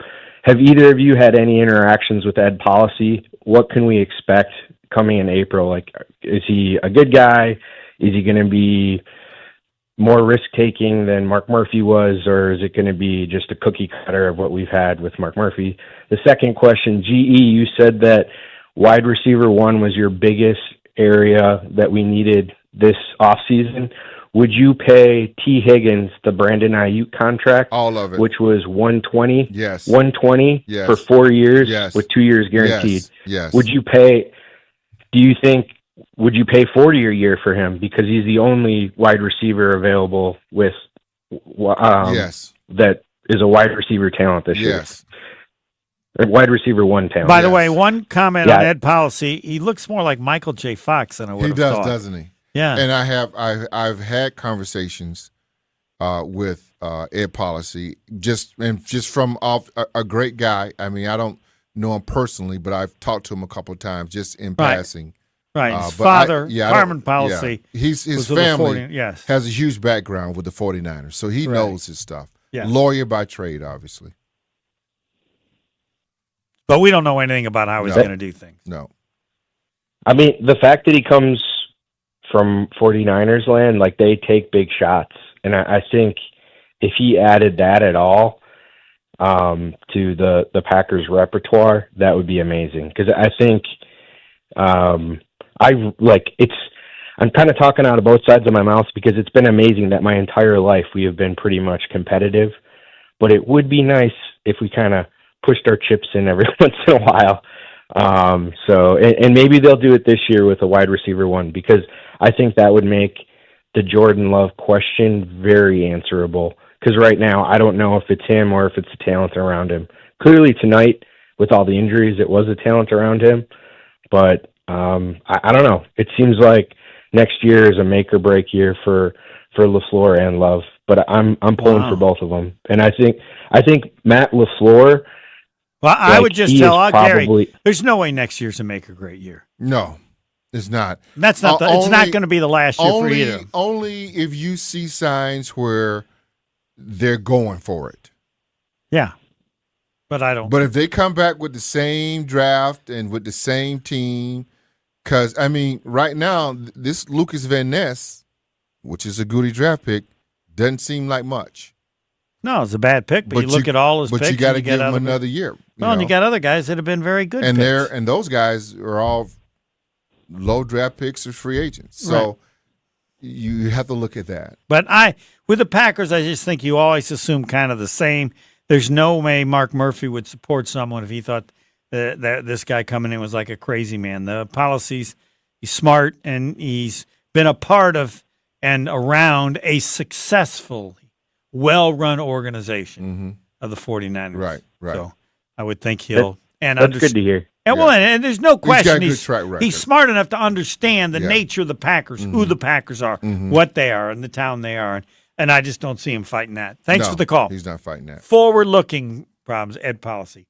I don't see that. I mean, the forward-looking problem is Jordan Love and Matt LaFleur and adjustment to the adjustment. Yes, this is the adjustment. This is the year. Yeah. This upcoming year is the year. You pretty much have seen everything that at least 80% of it right now. Right. Between Matt LaFleur. But doesn't that mean next year you just have to be better than the 7th seed and you have to do better in the playoffs? Okay. Absolutely. For me, I'm holding feet to the fire next year. Yeah. I need to see it all. But you never know how years develop. Right, but if you're a 7th seed, you're going to lose. Yeah, it's too hard. Pretty much. Everybody's lost. But the than Packers the one time. are proven at that they can get high. They're the only one who's done it. They're the only one who's done it. So it can happen. They just got to get in. But that's not the way you want to play. No, because they came in on a 2-game losing streak, and you lose to the Chicago Bears, one of the worst teams in the NFL, and you limp into the playoffs. That can't happen. I would have rather them lost 56-0 than lose on a walk-off field goal. That hurts when you walk into the locker room. By the way, there's a hell of a game going on between Tampa Bay and Washington. Well, right now, you know what? Here's another thing. Baker Mayfield was left for dead. I know. It's an amazing story. He is playing his tail off right now. Yeah. And that's what happens to some quarterbacks. They go and they find themselves I'd like in to other go places. check because I just don't remember it ever happening as much as it's happening now. No, it's not. But there be, you look Sam like the Darnold's first one the I other think guy. is like Jim Plunkett, but you he was remember on a Jim? horrible Yeah, team, and then he's yeah. on the Raiders. Yeah. You hate. He could do no wrong. Yes, well, you say this, but I Yeah. could have been the quarterback. Yeah. I mean, they were. Al Davis Yeah. had just an incredible But level Plunkett of would let talent. that thing go. And then, he got her done. Yeah, he did. People talk about Eli Manning. Eli Manning's a superstar compared to Jim Plunkett before he got to the. Absolutely. And Plunkett was the first player taken in the draft. Yeah, I think, he was. from He was. Stanford. Yeah, he was. Yeah. We can go No one old thought Don that he Hudson could do talk. it. No one thought All he right, could do it. we'll be around again, but not for the post-game show. Done for this year. Can we do Fridays together? Fridays forever, yes. Okay. Not that I'm in charge. I like that. Fridays yeah, well, forever. you might That's as well pretty be asking. You might as well be asking the person doing the maintenance whether or not how the business is going here. Homer, before I have get no out of control. Before I get out of here, here's what I got. Matt LaFleur is not going anywhere. Correct. Jordan Love is not going anywhere. Right. And everybody keeps talking about that contract. Just so you guys know, that contract in 2 years that Jordan Love have will be obsolete. That contract will be passed by so many guys that don't deserve the contract. Trevor Lawrence, that contract looks crazy, right? I mean, there's a lot of guys. Sam Darnold's going to have to get paid this upcoming year. There's a lot of quarterbacks in line to get paid. San Francisco. There's a lot of so to me, I say Packer fans, you just have to continue to be patient. And the patient is if you buy into the organization and you know what, and I'm looking into the camera right now. I know this is my camera. But if you buy into the organization, you know what it is. You know it's about draft and development. And every once in a while, they go for it. So until I see more moves made, then I know. We know, everybody knows they need a number one receiver. Yeah. You need to go get one. Everybody knows that they need a pass rusher. You need to go get one. If Jair's not coming back and you plan on cutting him, you need to go get a cornerback. But if the cost is too high, they won't do it. I mean, they went after Xavier McKinney because it was incredible how good he was, how young he was, and he was available. Absolutely. But so it's got to, and I think it's got a job. Devontae fits that perfectly. Oh, he does. Assuming, unless we're missing and something. They can do maybe, he may not want it, but he may be like Charles Woodson was at the end. Yes. 1-year deal, prove it, or he doesn't get the money that he wants, and the Packers can bring him back home. That would be a great story. Tell him Jason Wilde's next. Jason Wilde's coming up next. Can't miss him, folks. You're listening to Green Bay Game Night on ESPN Wisconsin and 620 WTMJ. I'm Dr. Jasmine Zapata, Chief Medical Officer for Community Health at the Wisconsin Department of Health Services. Every year in the U.S., about 21,000 lung cancer deaths are caused by radon, an odorless, tasteless, and colorless gas. 1 in 10 Wisconsin homes has high levels of radon. Does yours? Call 1-888-LOW-RADON or visit lowradon.org to learn more. Test, fix, save a life. Sponsored by the Wisconsin Department of Health Services. Ready for a win? Well, it's your year. At Potawatomi Casino Hotel Milwaukee, you could win over $2,000 in free play every month all year long. Just play your favorite games and you might take the stage in the It's Your Year game show. 25 winners each Thursday. There's $300,000 in cash and prizes up for grabs this January. Yeah, we think it's your year. More info at paysbig.com. Must be 21 years old to play. Life's better with American Family Insurance. Because whether it's a family road trip in your dream car or hosting a family reunion in your dream home, we help you feel protected so you can enjoy those dreams with peace of mind. Save up to 23% when you bundle home and auto. American Family Insurance. Get a quote and find an agent at amfam.com. Products not available in every state. Visit amfam.com to learn how discounts may apply to you. American Family Mutual Insurance Company, SI, and its operating company, 6000 American Parkway, Madison, Wisconsin. Your warehouse concrete floors see a lot of traffic. Uneven, sinking, or cracked concrete can pose a serious threat to any business operation. From trip hazards to cracked foundations, sinking concrete can keep any business owner up at night. Concrete Lifting Technologies is here to help. Concrete Lifting Technologies can even out that concrete floor to prevent these hazards. They can level your warehouse floor within a few hours and don't even need to shut down your operations. Visit itaintmudjack.com to get a free quote today. That's itaintmudjack.com. It's all about the green and gold and nonsense on Kyle, Brust, and Nortman. You fight too many battles, I fight a lot of battles. Yeah, I fight, but it's not just her. I fought battles with my mama. And looking at this Nike shirt, you know what my mother gave me for Christmas? A Nike shirt. And I said, Mama, I love you, but I got way too many T-shirts. You can take that back. You take that to your own mother? Kyle, Brust, and Nortman. Presented by Bud Light, the official beer of the NFL. Weekdays from 2 till 4 on 100.5 ESPN and Wisconsin On Demand. Have you been waiting to buy your next home? Stop. Now is the time to get housed. What's up, Madison? It's Stacy from Bruner Realty.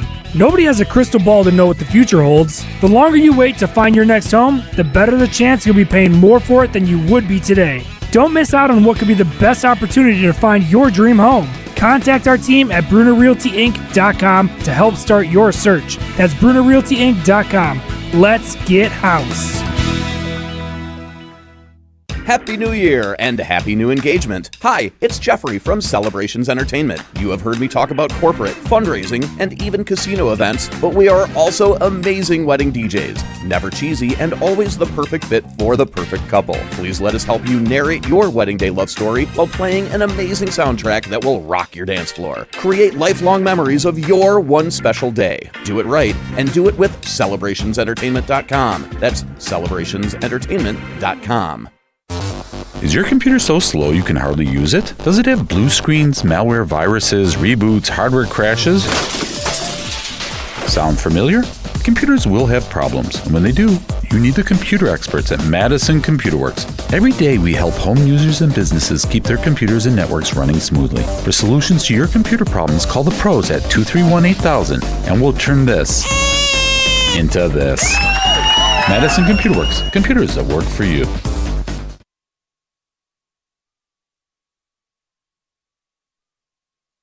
Is Green Bay Game Night on ESPN Wisconsin and 620 WTMJ. Tell me now, do you want it? 'Cause these dancing feet don't cry to the rhythm they cry for you. And every Saturday night that you ain't keep my tears. As the whole world expected, Packers lost to Philadelphia. It was 22-10, and now our final postgame show closes with Jason Wilde. Better than saying good morning, Jason. How about good evening? Good evening. How you doing, Homer? I'm doing okay. I mean, I didn't think they were going to win. Everyone expected? Yeah, everyone. Yeah. Everyone. Always. Well, I mean, like, okay, say it's so on the show Friday. We got 4 callers, and Gary Ellerson took the Packers because he played for the Packers, but. I didn't realize you had enough time for that in only an hour. We don't. I wanted to do the show. I said, anybody call in, and say you're going to root the Packers. Then if they win, no one could do it. So what? 2%, whatever. The game turned out how close to what you expected, not with the specifics, but in general. Yeah, I mean, look, I thought it would be lower scoring because I thought they were 2 good defenses. I thought Jordan Love would have trouble against that defense. I did not think he would be able to play the way he did against the Cowboys last year. But I thought it was going to be a game that would go down to the wire. Like, I thought that, it would be, I don't know, 24-22 like last week's score was, or 21-19 or something like that. And look, you can't, like... First of all, before I say things that sound like excuses for them, let's be very clear. They just weren't that good, period. They were a good football team. They were not a very good football team. They were not a great football team. They went 0-6 against the Eagles, the Lions, and the Vikings, all of whom are better than them. So, did they take a step forward this season? I think they did. Did Jordan Love regress?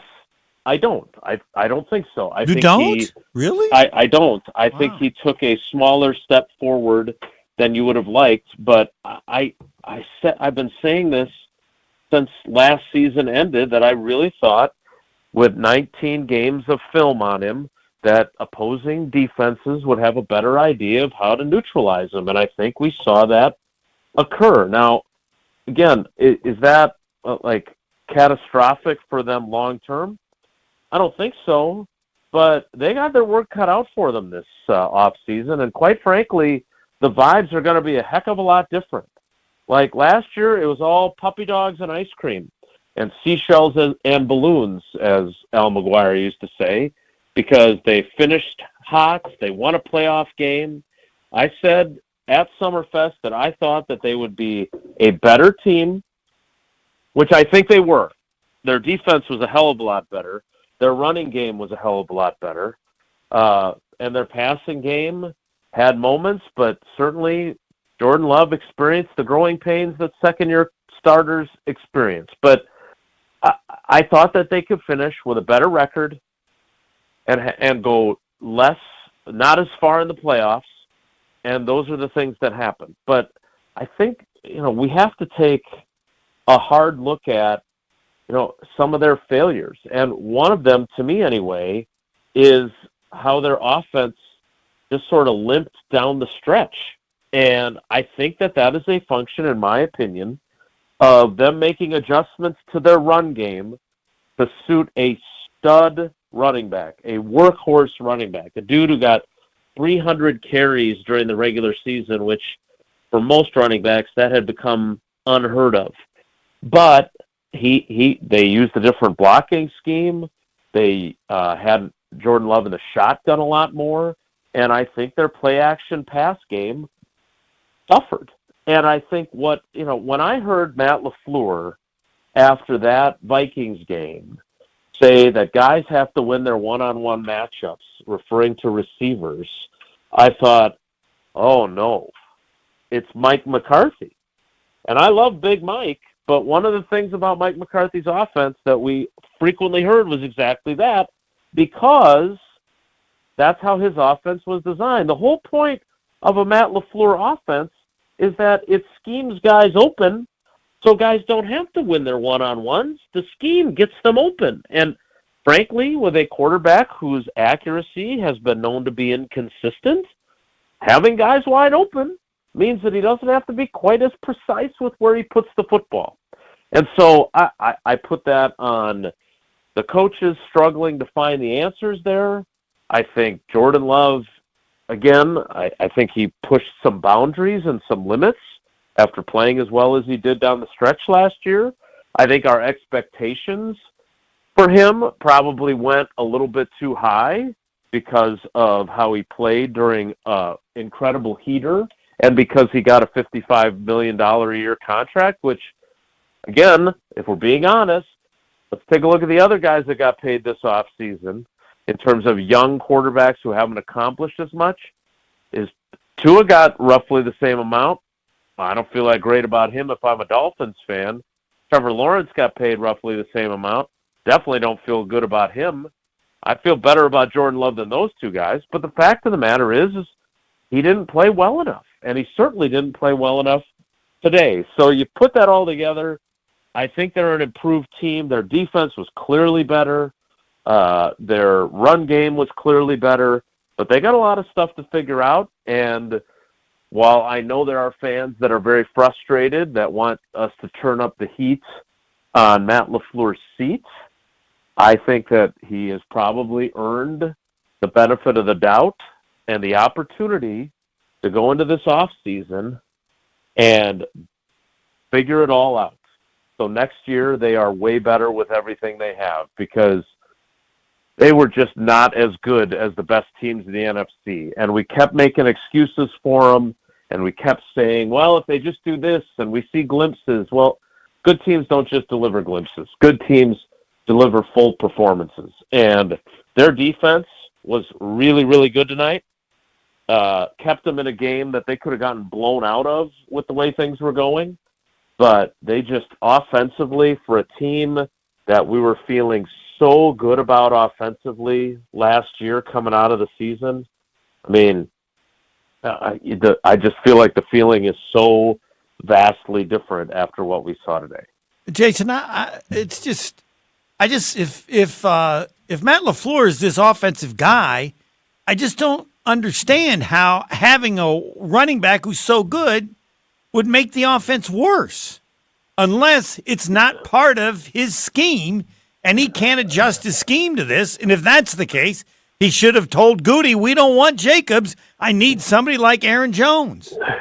Yeah, no, I think so. So here's, and again, we're so lucky to have Bulaga and Tausch because they know so much more football than any of the rest of us, especially when it comes to offensive line play. But Brian said this on our show, and I'm sure he said it at some point on the Homer Hour too, that they really transitioned their run game from a zone scheme to what's called a duo scheme, right? Because that's what was better for Josh Jacobs. And I always go back to this, and every offense evolves, and every offense has to try new things because if you stay stagnant, teams figure you out, and you're not going to be as great as you think you are. But I look at this defense, I look at this offense, and I go back to something Matt Hasselbeck said to us when they first hired LaFleur and talked about, and I think Joe Thomas did it too, because he had this offense in Cleveland with Kyle Shanahan,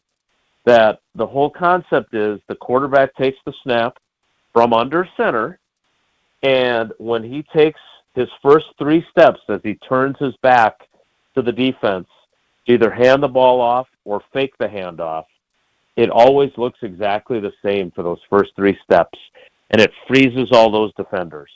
And instead, I mean, I'll have to go look at all the numbers once they're all in, But, God, they must have been in shotgun more than half the time. And I know some of it at some point was because of Jordan's knee and the groin injury, but my understanding is it was also because Josh Jacobs liked it better.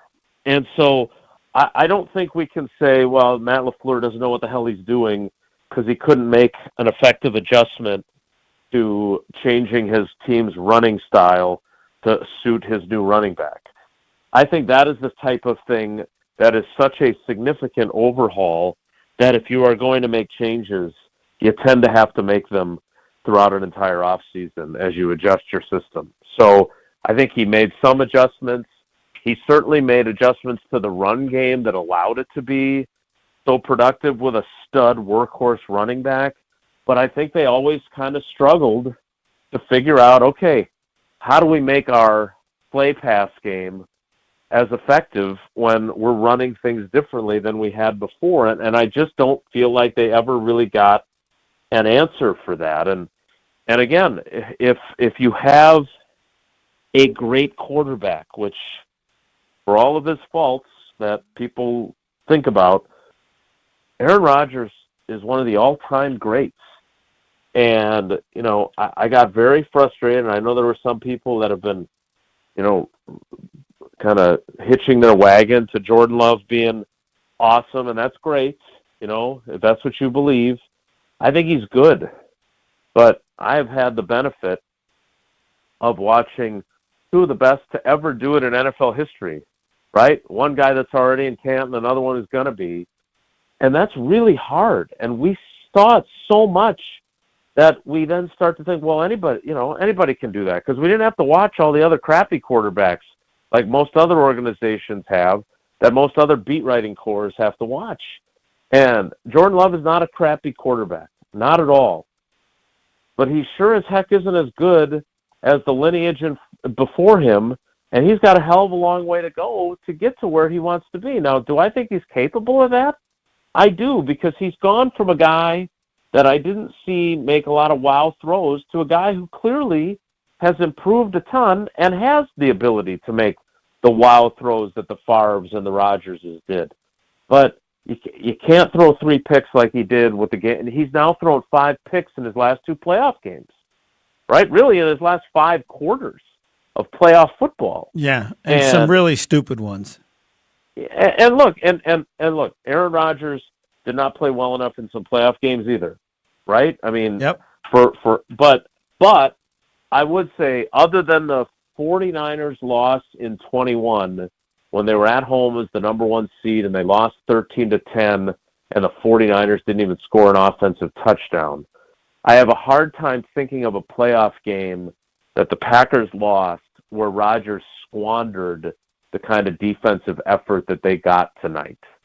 And so, to me, you know, more often than not, their failures in the Rodgers era were largely at the feet of the defense. And tonight, when you get 1 touchdown, and really, let's be honest, Josh Jacobs did all the work there, right? I mean, that 31-yard run had no business being a 31-yard run. Like, he broke like 4 tackles. He carried dudes to the goal line. I mean, he's ruled a touchdown initially, and then obviously changed to a ball at the 1, and then he went in on the next play.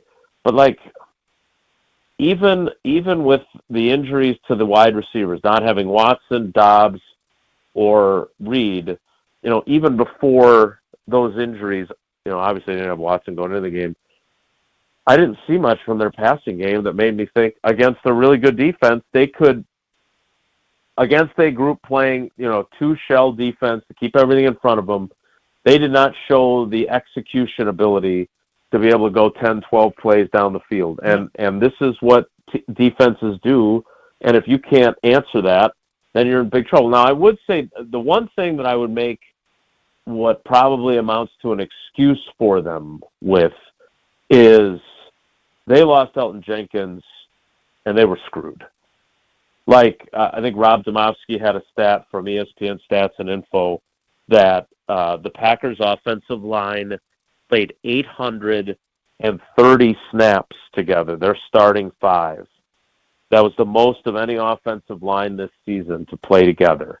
And as soon as Elton Jenkins gets that stinger, and then, Travis Glover is a nice kid. Like, I can't tell you, I have this weird idiosyncrasy that I always, whoever walks by me in the locker room, I always say hello to them and ask them how they're doing. And he could not, I don't know if anybody else even talked to Travis Glover once training camp ended. He was going to be basically a redshirt freshman this year. They didn't plan on playing him at all. He had played, I think, 13 offensive snaps before the night. And for him to go in against the number one defense in the league, there's a reason why he committed 3 penalties. He was in over his head. And then they bench him for Kadeem Telfort, who battles but commits a penalty of his own. And, they're not clearing space for Jacobs. They're not protecting Love.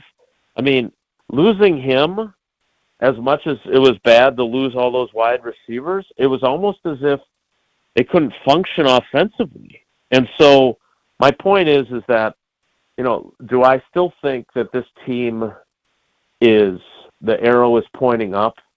I do. And I know somebody made the point earlier in the show that, and Tausch and I had actually talked about this during the week. Someone had brought it up through the Carbless Talk and text line on our show, that the Packers have now been the number 7 seed each of the last 2 years. If they hadn't expanded the playoffs, they wouldn't have made the playoffs each of these 2 years. But I do think that it's like that old Tom Petty song, Learning to Fly. Like, I still think this team is learning to fly. And they got off the ground down the stretch last year, and they were soaring. And then this year, it was kind of like they would take off, and then they would have to come back down. And it was almost like they just could never get a nice, smooth flight. And whether or not it's going to be smoother next year, I don't know. But the fact of the matter is, and I've said this and Chewy will back me up on this, the NFL, it is a process to becoming a Super Bowl contending team. And his teams with Favre, they went through it. And this team is now going through it. Now, the Packers of 2010 arrived a year early by winning 3 straight road games and their quarterback playing masterfully down the stretch, and then in the first 2 playoff games, and then in the Super Bowl, right? And Jordan Love didn't do that. But the team that, if they were following the progression, it was 2011 that they should have arrived and gone to a Super Bowl. And what'd they do? They went 15-1. Rodgers won his first MVP. Like, they had a chance to go back-to-back because they'd arrived a year early. This team, I never thought they were going to arrive early this year and get to the Super Bowl. I just never believed that. And Tausch was, hey, whoever wins this game is going to the Super Bowl. I didn't believe that. And what I saw from Philly, I'm not convinced they're going to the Super Bowl because they beat the Packers. But I do believe that the Packers made incremental progress this year.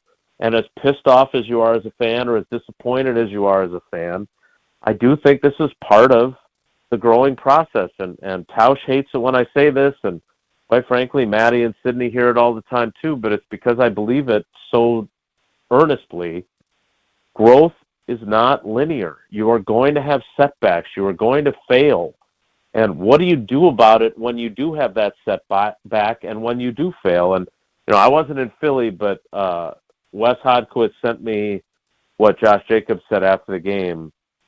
And I just love that guy, man. He has got the mentality that team should take on his personality, because it immediately was, what do I have to do to get this team over the hump? What is it that we aren't doing that we should be doing to make that difference? And if you get enough of those guys in that locker room, they will make the improvements. And maybe next year it's an NFC Championship game berth. Maybe they beat the Lions and somehow win the division next year. Who knows? But the pieces feel like they are starting to form. But I would argue this. As much as Goody believes this is a young man's game, and he is right, there have to be some not quite as young men in your locker room who have kind of reached a maturity point in their careers that they can elevate their games. And we saw Xavier McKinney do that. He's in year 5, or just finished year 5. We saw Josh Jacobs do that. He just finished year 6 in the league. But some of these other guys, if they're not going to go out and pay a wide receiver to be a number 1, if they're not going to bring in T. Higgins, somebody's got to elevate to be that alpha at that position. They've got to have some guys that can, if it's not going to be Jair because he's not going to be back, they've got to have a shutdown corner. And is that something that Carrington Valentine can develop into so he can join the pantheon of Adam Timmerman, Mark Tauscher, Donald Driver as great 7th-round picks? Maybe, but they were not a good enough football team this year to get any further than they got today. And if you thought that they were better than what they ended up being, then that was probably a little green and gold glasses-y for you to think that way, because their shortcomings, when you lose all 6 of your games to teams above you in the standings, and when you do the same things in those games, getting behind early, making those handful of plays that cost you games, then you're not that good of a team. You're a good team, but not good enough. Amongst all that you said, the only thing I think that needs to be added, and that is, if the Packers made progress, other teams made more. Like, Washington is clearly a player now with their quarterback. They just won on a field goal that hit the upright and went in. But Detroit's better. Minnesota's better. I mean, whatever the Packers are doing, they might be improving, and everything you say might be true, but it isn't factoring what hasn't occurred for a while, and that is other teams are getting better in a bigger way, either with coaches or players. Yeah, but look, all right, so Detroit's going to lose Ben Johnson. Right. Right? Now, I don't know who they're going to hire to replace him, and I don't know how good Ben Johnson's going to be as a head coach. I know nothing about him other than the fact that he is a brilliant offensive mind and an unbelievably good play caller. And one of the reasons why Dan Campbell is viewed as such a great coach with his kneecap biting and everything else is for all his bravado, and we're going for it on 4th down, and we're tough and we're physical. For all that, he's got an offense that's really smart and really effective. And is that going to take a step back with someone else running it? Probably. Is Aaron Glenn going to get a head coaching job? Because let's use the Eagles as a example here, because Nick Sirianni went to a Super Bowl in year 2, and then both of his coordinators, his offensive and defensive coordinators, got head coaching jobs. And then last year, they were ready to run him out of town on a rail in Philly. And he ended up having to fire both of those replacements, then hired Kellen Moore and Vic Fangio this year, and they've been better again. Like that, those guys in those positions matter. Certainly your quarterback matters. What are the, I'm a big Kevin O'Connell guy. Really, I'm a really big Kevin O'Connell guy. Like if I was working in the Twin Cities media, I'm sure I would write a lot of positive words about him, because I love everything about him. I think he's a really smart offensive guy. I think he really does a great job of connecting with his players. Like I think he's really, really good. What's his quarterback situation going to be next year? Are they going to pay Sam Darnold? Is Sam Darnold going to be able to replicate what he's done this season? Is it going to be J.J. McCarthy, who took a medical red shirt this year, that's his starting quarterback? Now, I would argue that it looks like Kevin O'Connell can make any quarterback pretty darn good, right? But, again, I don't know what they're going to look like next year. The Packers' free agent numbers, Josh Myers is a free agent. Daniel Whelan, I believe, is a free agent. A few other guys are, but, there's nobody that's on that list that you're like, this guy's irreplaceable. So, and they've got a crap load of financial wherewithal in terms of the salary cap to, if Goody wants to be aggressive and try and replicate the Xavier McKinney, Josh Jacobs double dip, he's got the wherewithal to do it. So again, every criticism and frustration and disappointment of tonight is I am not telling fans not to feel those things, but don't just dismiss the little kernels of optimism that you might have heard from LaFleur or Love tonight and say, well, that's just happy talk. I think there's more to it than that. But look, the quarterback, I like Jordan Love a lot. I'm not, LaFleur said tonight, I love Jordan Love. I'm not sure I'd say I love him, but I really, really like him. And I think he's made of the right stuff. But he's got to make a big jump. He got paid like he was going to make a big jump. I think that's the cost of doing business in the NFL now. I don't think it's an exorbitant salary, but expectations, whether you like it or not, come with that number. And he did not rise to those expectations. Did he have injuries? Sure. Does he not have a clear-cut number one wide receiver that we kept saying it didn't matter, but it turns out that it might?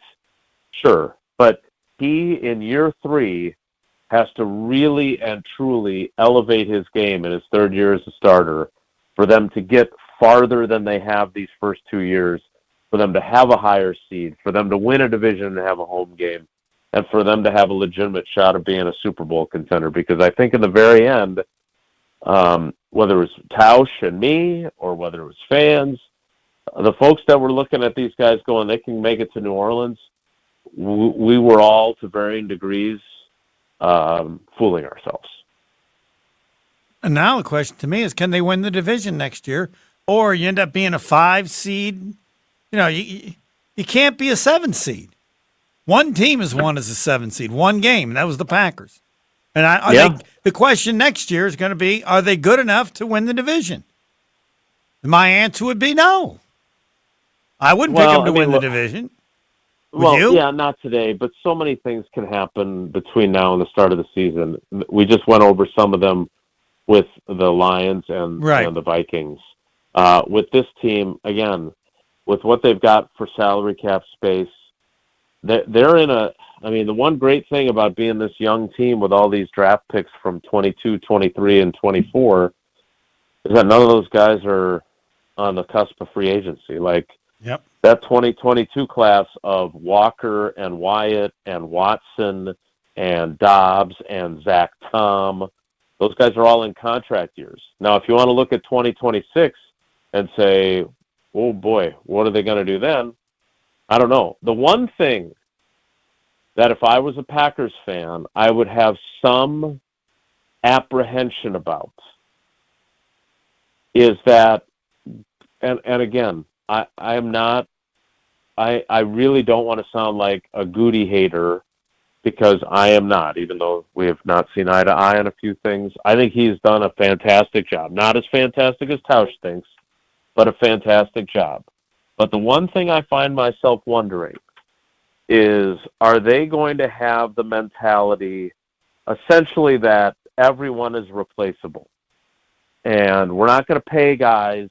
We're going to be very selective about who we pay, and we're just going to cycle through guys and live with their young mistakes, and then one of these times we're really going to hit on it, and some guys like Edger and Cooper this year are going to really explode, and we're going to win it even without spending.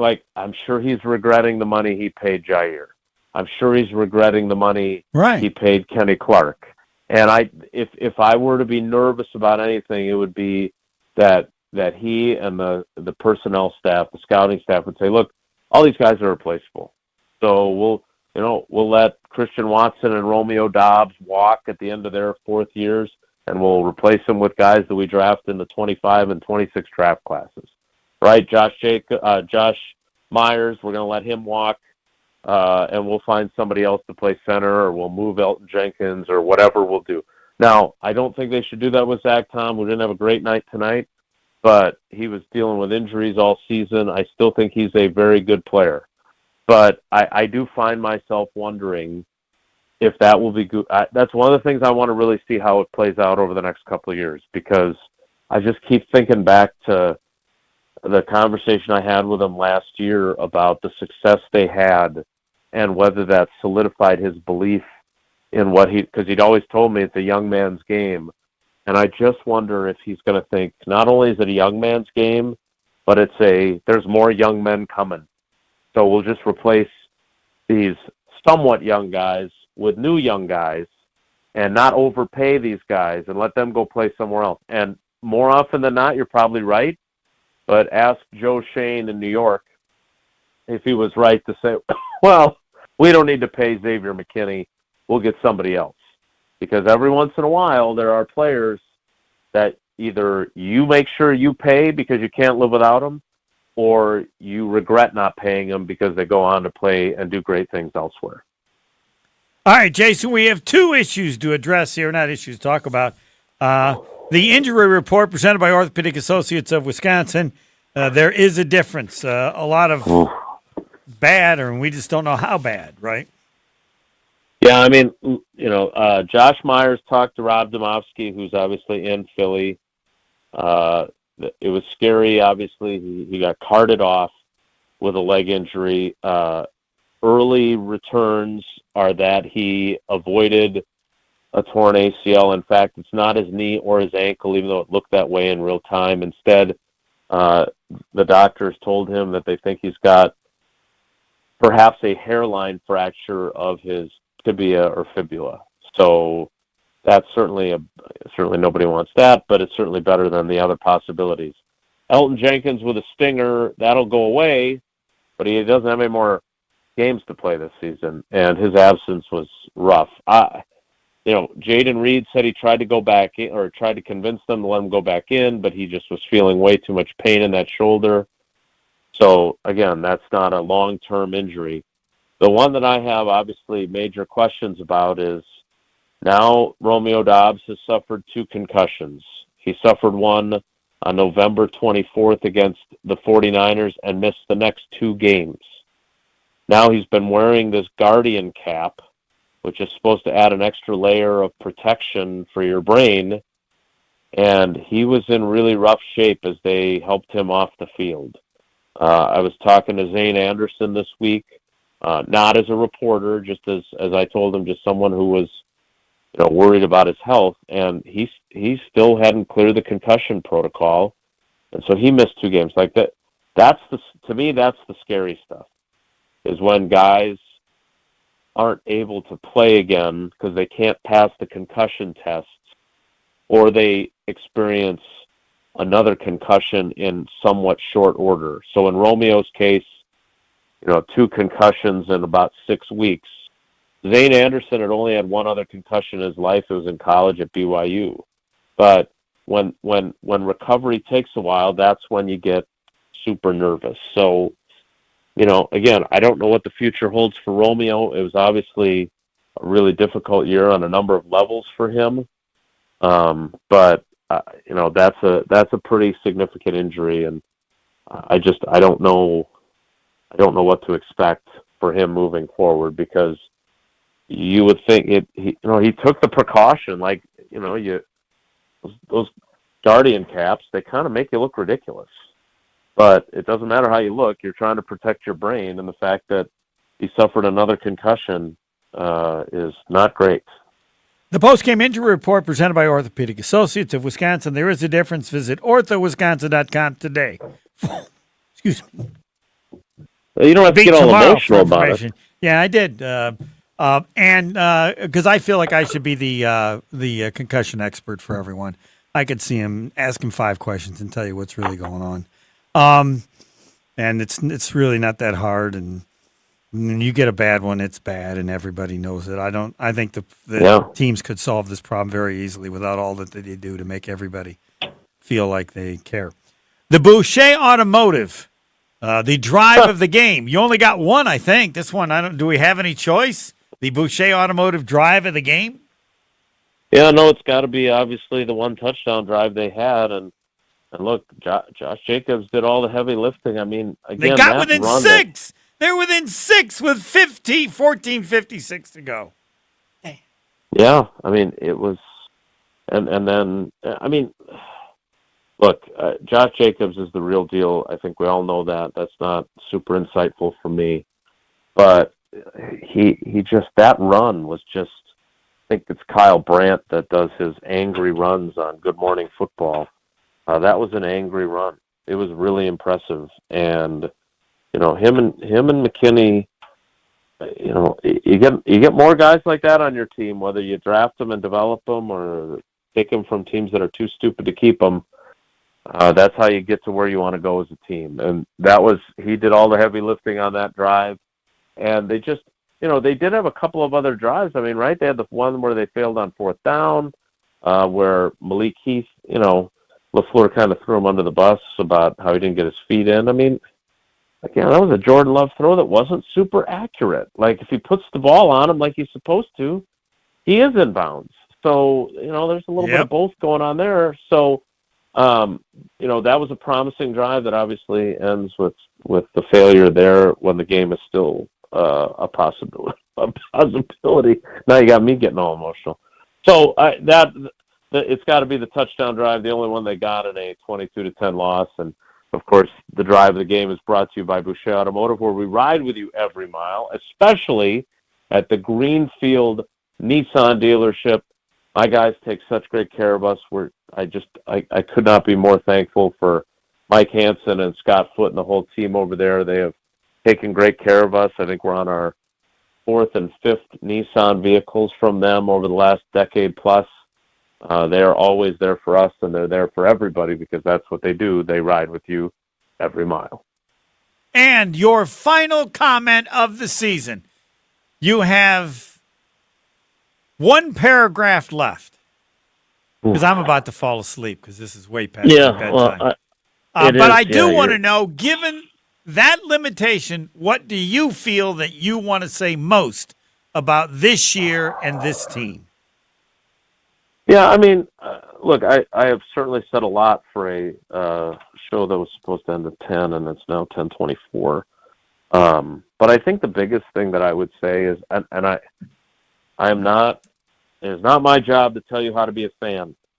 I learned long ago when I said that I thought the Bears still suck chant was a bad thing. But that does not go over well, telling people how to be fans. So that is not what I'm doing. But if you are open to a small piece of advice from someone who has covered 29 football seasons, and next year will be year 30 on the beat. Thankfully, I started when I was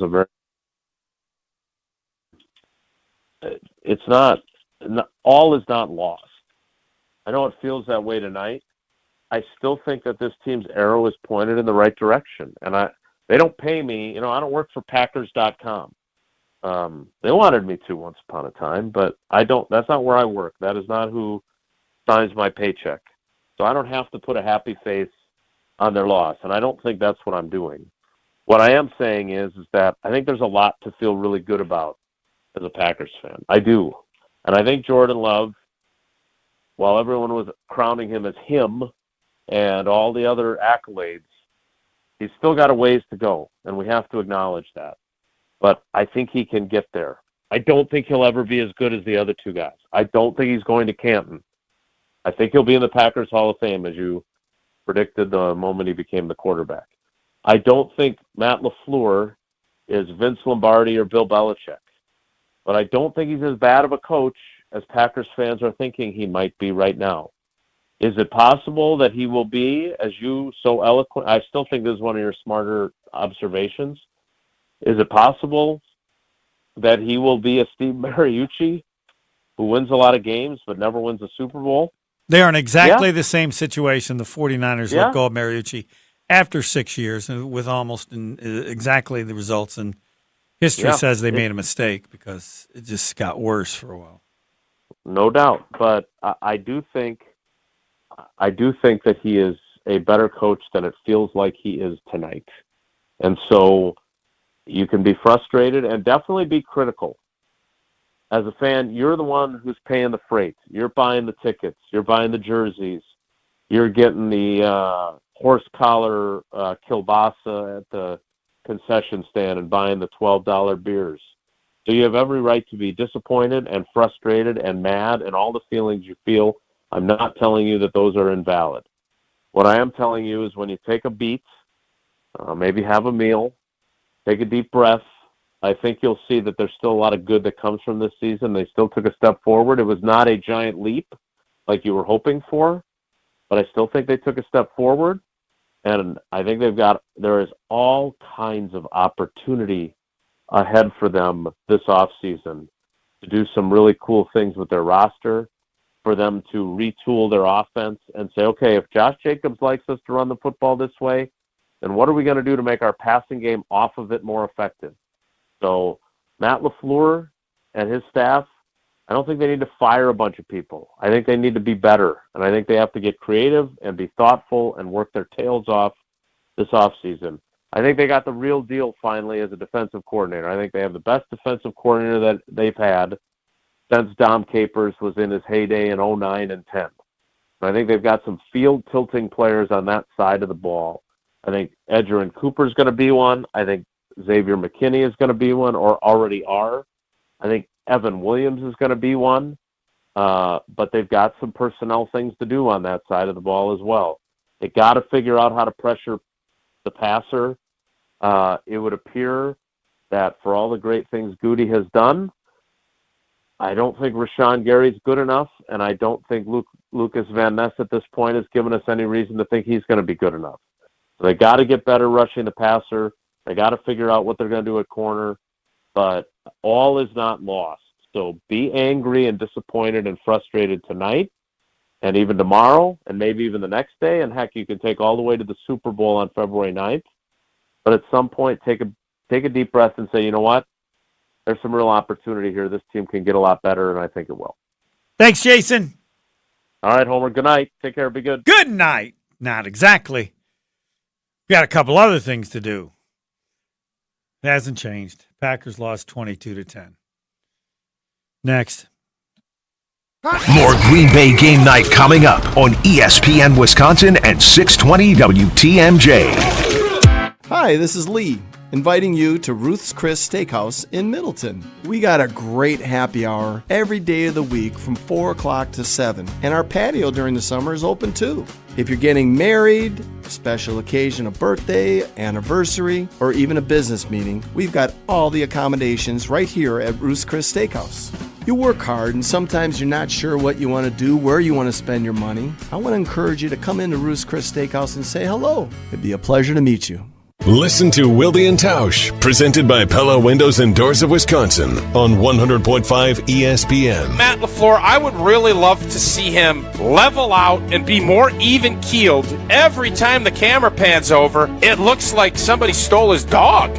I don't know what else to tell you. Wilde and Tausch, weekdays 9 to noon on 100.5 ESPN. Also brought to you by Grassland Dairy, Hallman Lindsay Paints, Coors Light, Made to Chill, and American Family Insurance. Prize Picks is the best place to get real money sports action. With over 10 million members and billions of dollars in awarded winnings, Prize Picks has made daily fantasy sports accessible to all. You just pick more or less on at least 2 players for a shot to win up to 1,000 times your cash. Run your game all season long on Prize Picks, America's #1 daily fantasy sports app. And it is playoff time, now or never. Don't miss out on the last few weeks of football action with Prize Picks, the best place to win cash while watching the playoffs. You can now win up to 1,000 times your money on Prize Picks. Prize Picks now offers MasterCard for quick and easy deposits into your account this sports season. Prize Picks, the best way to win real money this football season. Make your picks in less than 60 seconds and turn your sports opinions into real money. Download the app today. Use code WI. You get $50 instantly after you play your first $5 lineup. Again, download the app today and use code WI to get $50 instantly after you play your first $5 lineup. Prize Picks. Run your game. Since J&K Security Solutions opened in 1987, our attention to detail and customer service have been our strongest assets. I'm President Jeffrey Beckman. We'll always do our best to find the most efficient and cost-effective solution to every job we tackle. Whether it's security for your home or business, installing video surveillance, or being able to control your garage doors from your phone, we can help you feel empowered with simple and user-friendly technology. Let's work together to secure your home or business. jksecurity.com. Hello, I'm John Hayes, the owner of Goodman's Jewelers. It's been my pleasure to serve this community from this incredible store for over 4 decades. We stand upon high standards and classic traditions, pillars like honesty and integrity. Stop into Goodman's Jewelers, the longest-standing full-service jewelry store in the heart of Madison at 220 State Street. Goodman's Jewelers, the diamond store of Madison since 1933.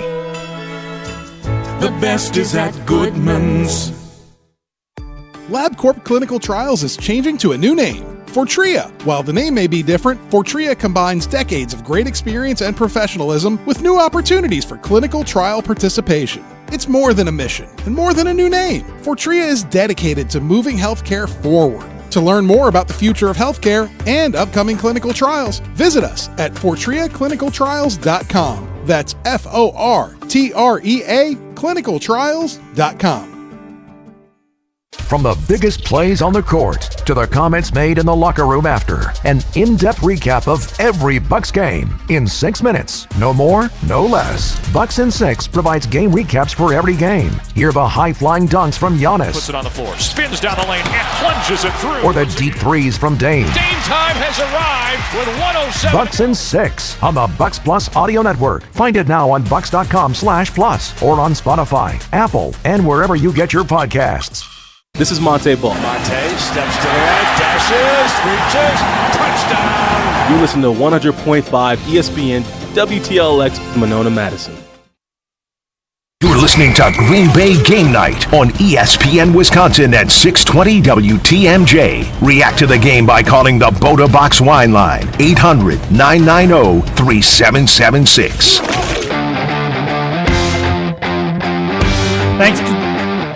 Thanks to Jason Wilde. Thanks to everybody who participated in the show. It's been a blast all year long. If you don't know the Commanders, they defeated the Buccaneers 23-20. I don't know why the Buccaneers had like 3rd and 1. They accepted a field goal, and that tied the game, and then Commanders went down and scored to win the game. All they needed was a field goal. But anyway, so all you need to know is the Lions and the Commanders will play in the next round. The Eagles will play the winner of the Rams and the Vikings, who play tomorrow. In the AFC, the Chiefs and the Texans, and the Bills against the Ravens. Oh, baby, is that going to be a game. The Chiefs aren't playing it. Could you say that's for the who's going to win the Super Bowl? No, I would say that if the Chiefs don't win it, it's most likely they'll lose to a team, either the Bills or the Ravens. That's my prediction. The Chiefs are going down to the winner of the Bills and the Ravens. Pebble, you want to join my club or not? I will not. No, I'll take the Chiefs. Forever, huh? I actually have a wager with someone. He has the Chiefs. I have everybody else. That has an influence. That's good odds, I think. I think that's a great bet on my part. Even. I got 15 and he got 1, and now we're going to be down to 8. Again, thanks to everybody, and the audience has been great. Always appreciate it, and listen tomorrow because it'll be 24 hours about the Packers and how bad you feel, and probably more importantly, what's the future, because nothing happened today that really surprised anyone in any major way. You may have hoped they were going to win. Nobody thought they were going to win, which speaks to how great the upset would have been if they could have pulled it off. And after watching Phil, I'm going like, Packers could win this game, but they didn't have an offense that had any chance to score enough points to win. That will do it. It's another season in the books. But Packer season, as far as talk, is every day of the year. Next. Who's looking for a what deal? The buzz is all about at Madison Axe, Madison's state-of-the-art entertainment spot. Enjoy 8 lanes of axe throwing, craft beer, interactive games, plus digital target projection and scoring. For even more fun, check out their indoor backyard with 2,000 square feet of shuffleboard, cornhole, yard games, bar table games, and more. Perfect for date night, groups, corporate meetings, or private events. Madison Axe is your destination for all things fun. Throw it, nail it, celebrate. Go to MadisonAxe.com or head to their location on Stoughton Road today. Purchase your tickets, grab some friends, and get to the Sylvie on Monday, February 24th for Andy North Trivia Night, presented by Exact Sciences. Enjoy a fun and inspiring evening of trivia, music, food, and refreshments while helping to raise money for UW Carbone Cancer Center. This fun and inspiring event is hosted by Andy North, and in addition to the trivia, the lineup includes a silent auction, celebrity appearances, and prizes. Doors open at 6 p.m. Visit AndyNorthAndFriends.com to buy your tickets. Past year's events have sold out quickly, so get your tickets today. Ho-Chunk Gaming Madison wants you to start the year behind the wheel of a brand new ride in our Road to the Motherlode giveaway. On Friday, January 31st, there are lots of opportunities for you to strike gold. 3 winners will be chosen every half hour from 6 p.m. until 9:30, with each taking home a cash prize between $500 and $2,500. Then at 10 o'clock, one grand prize winner will receive our largest single prize ever, a $50,000 vehicle certificate. And it's only at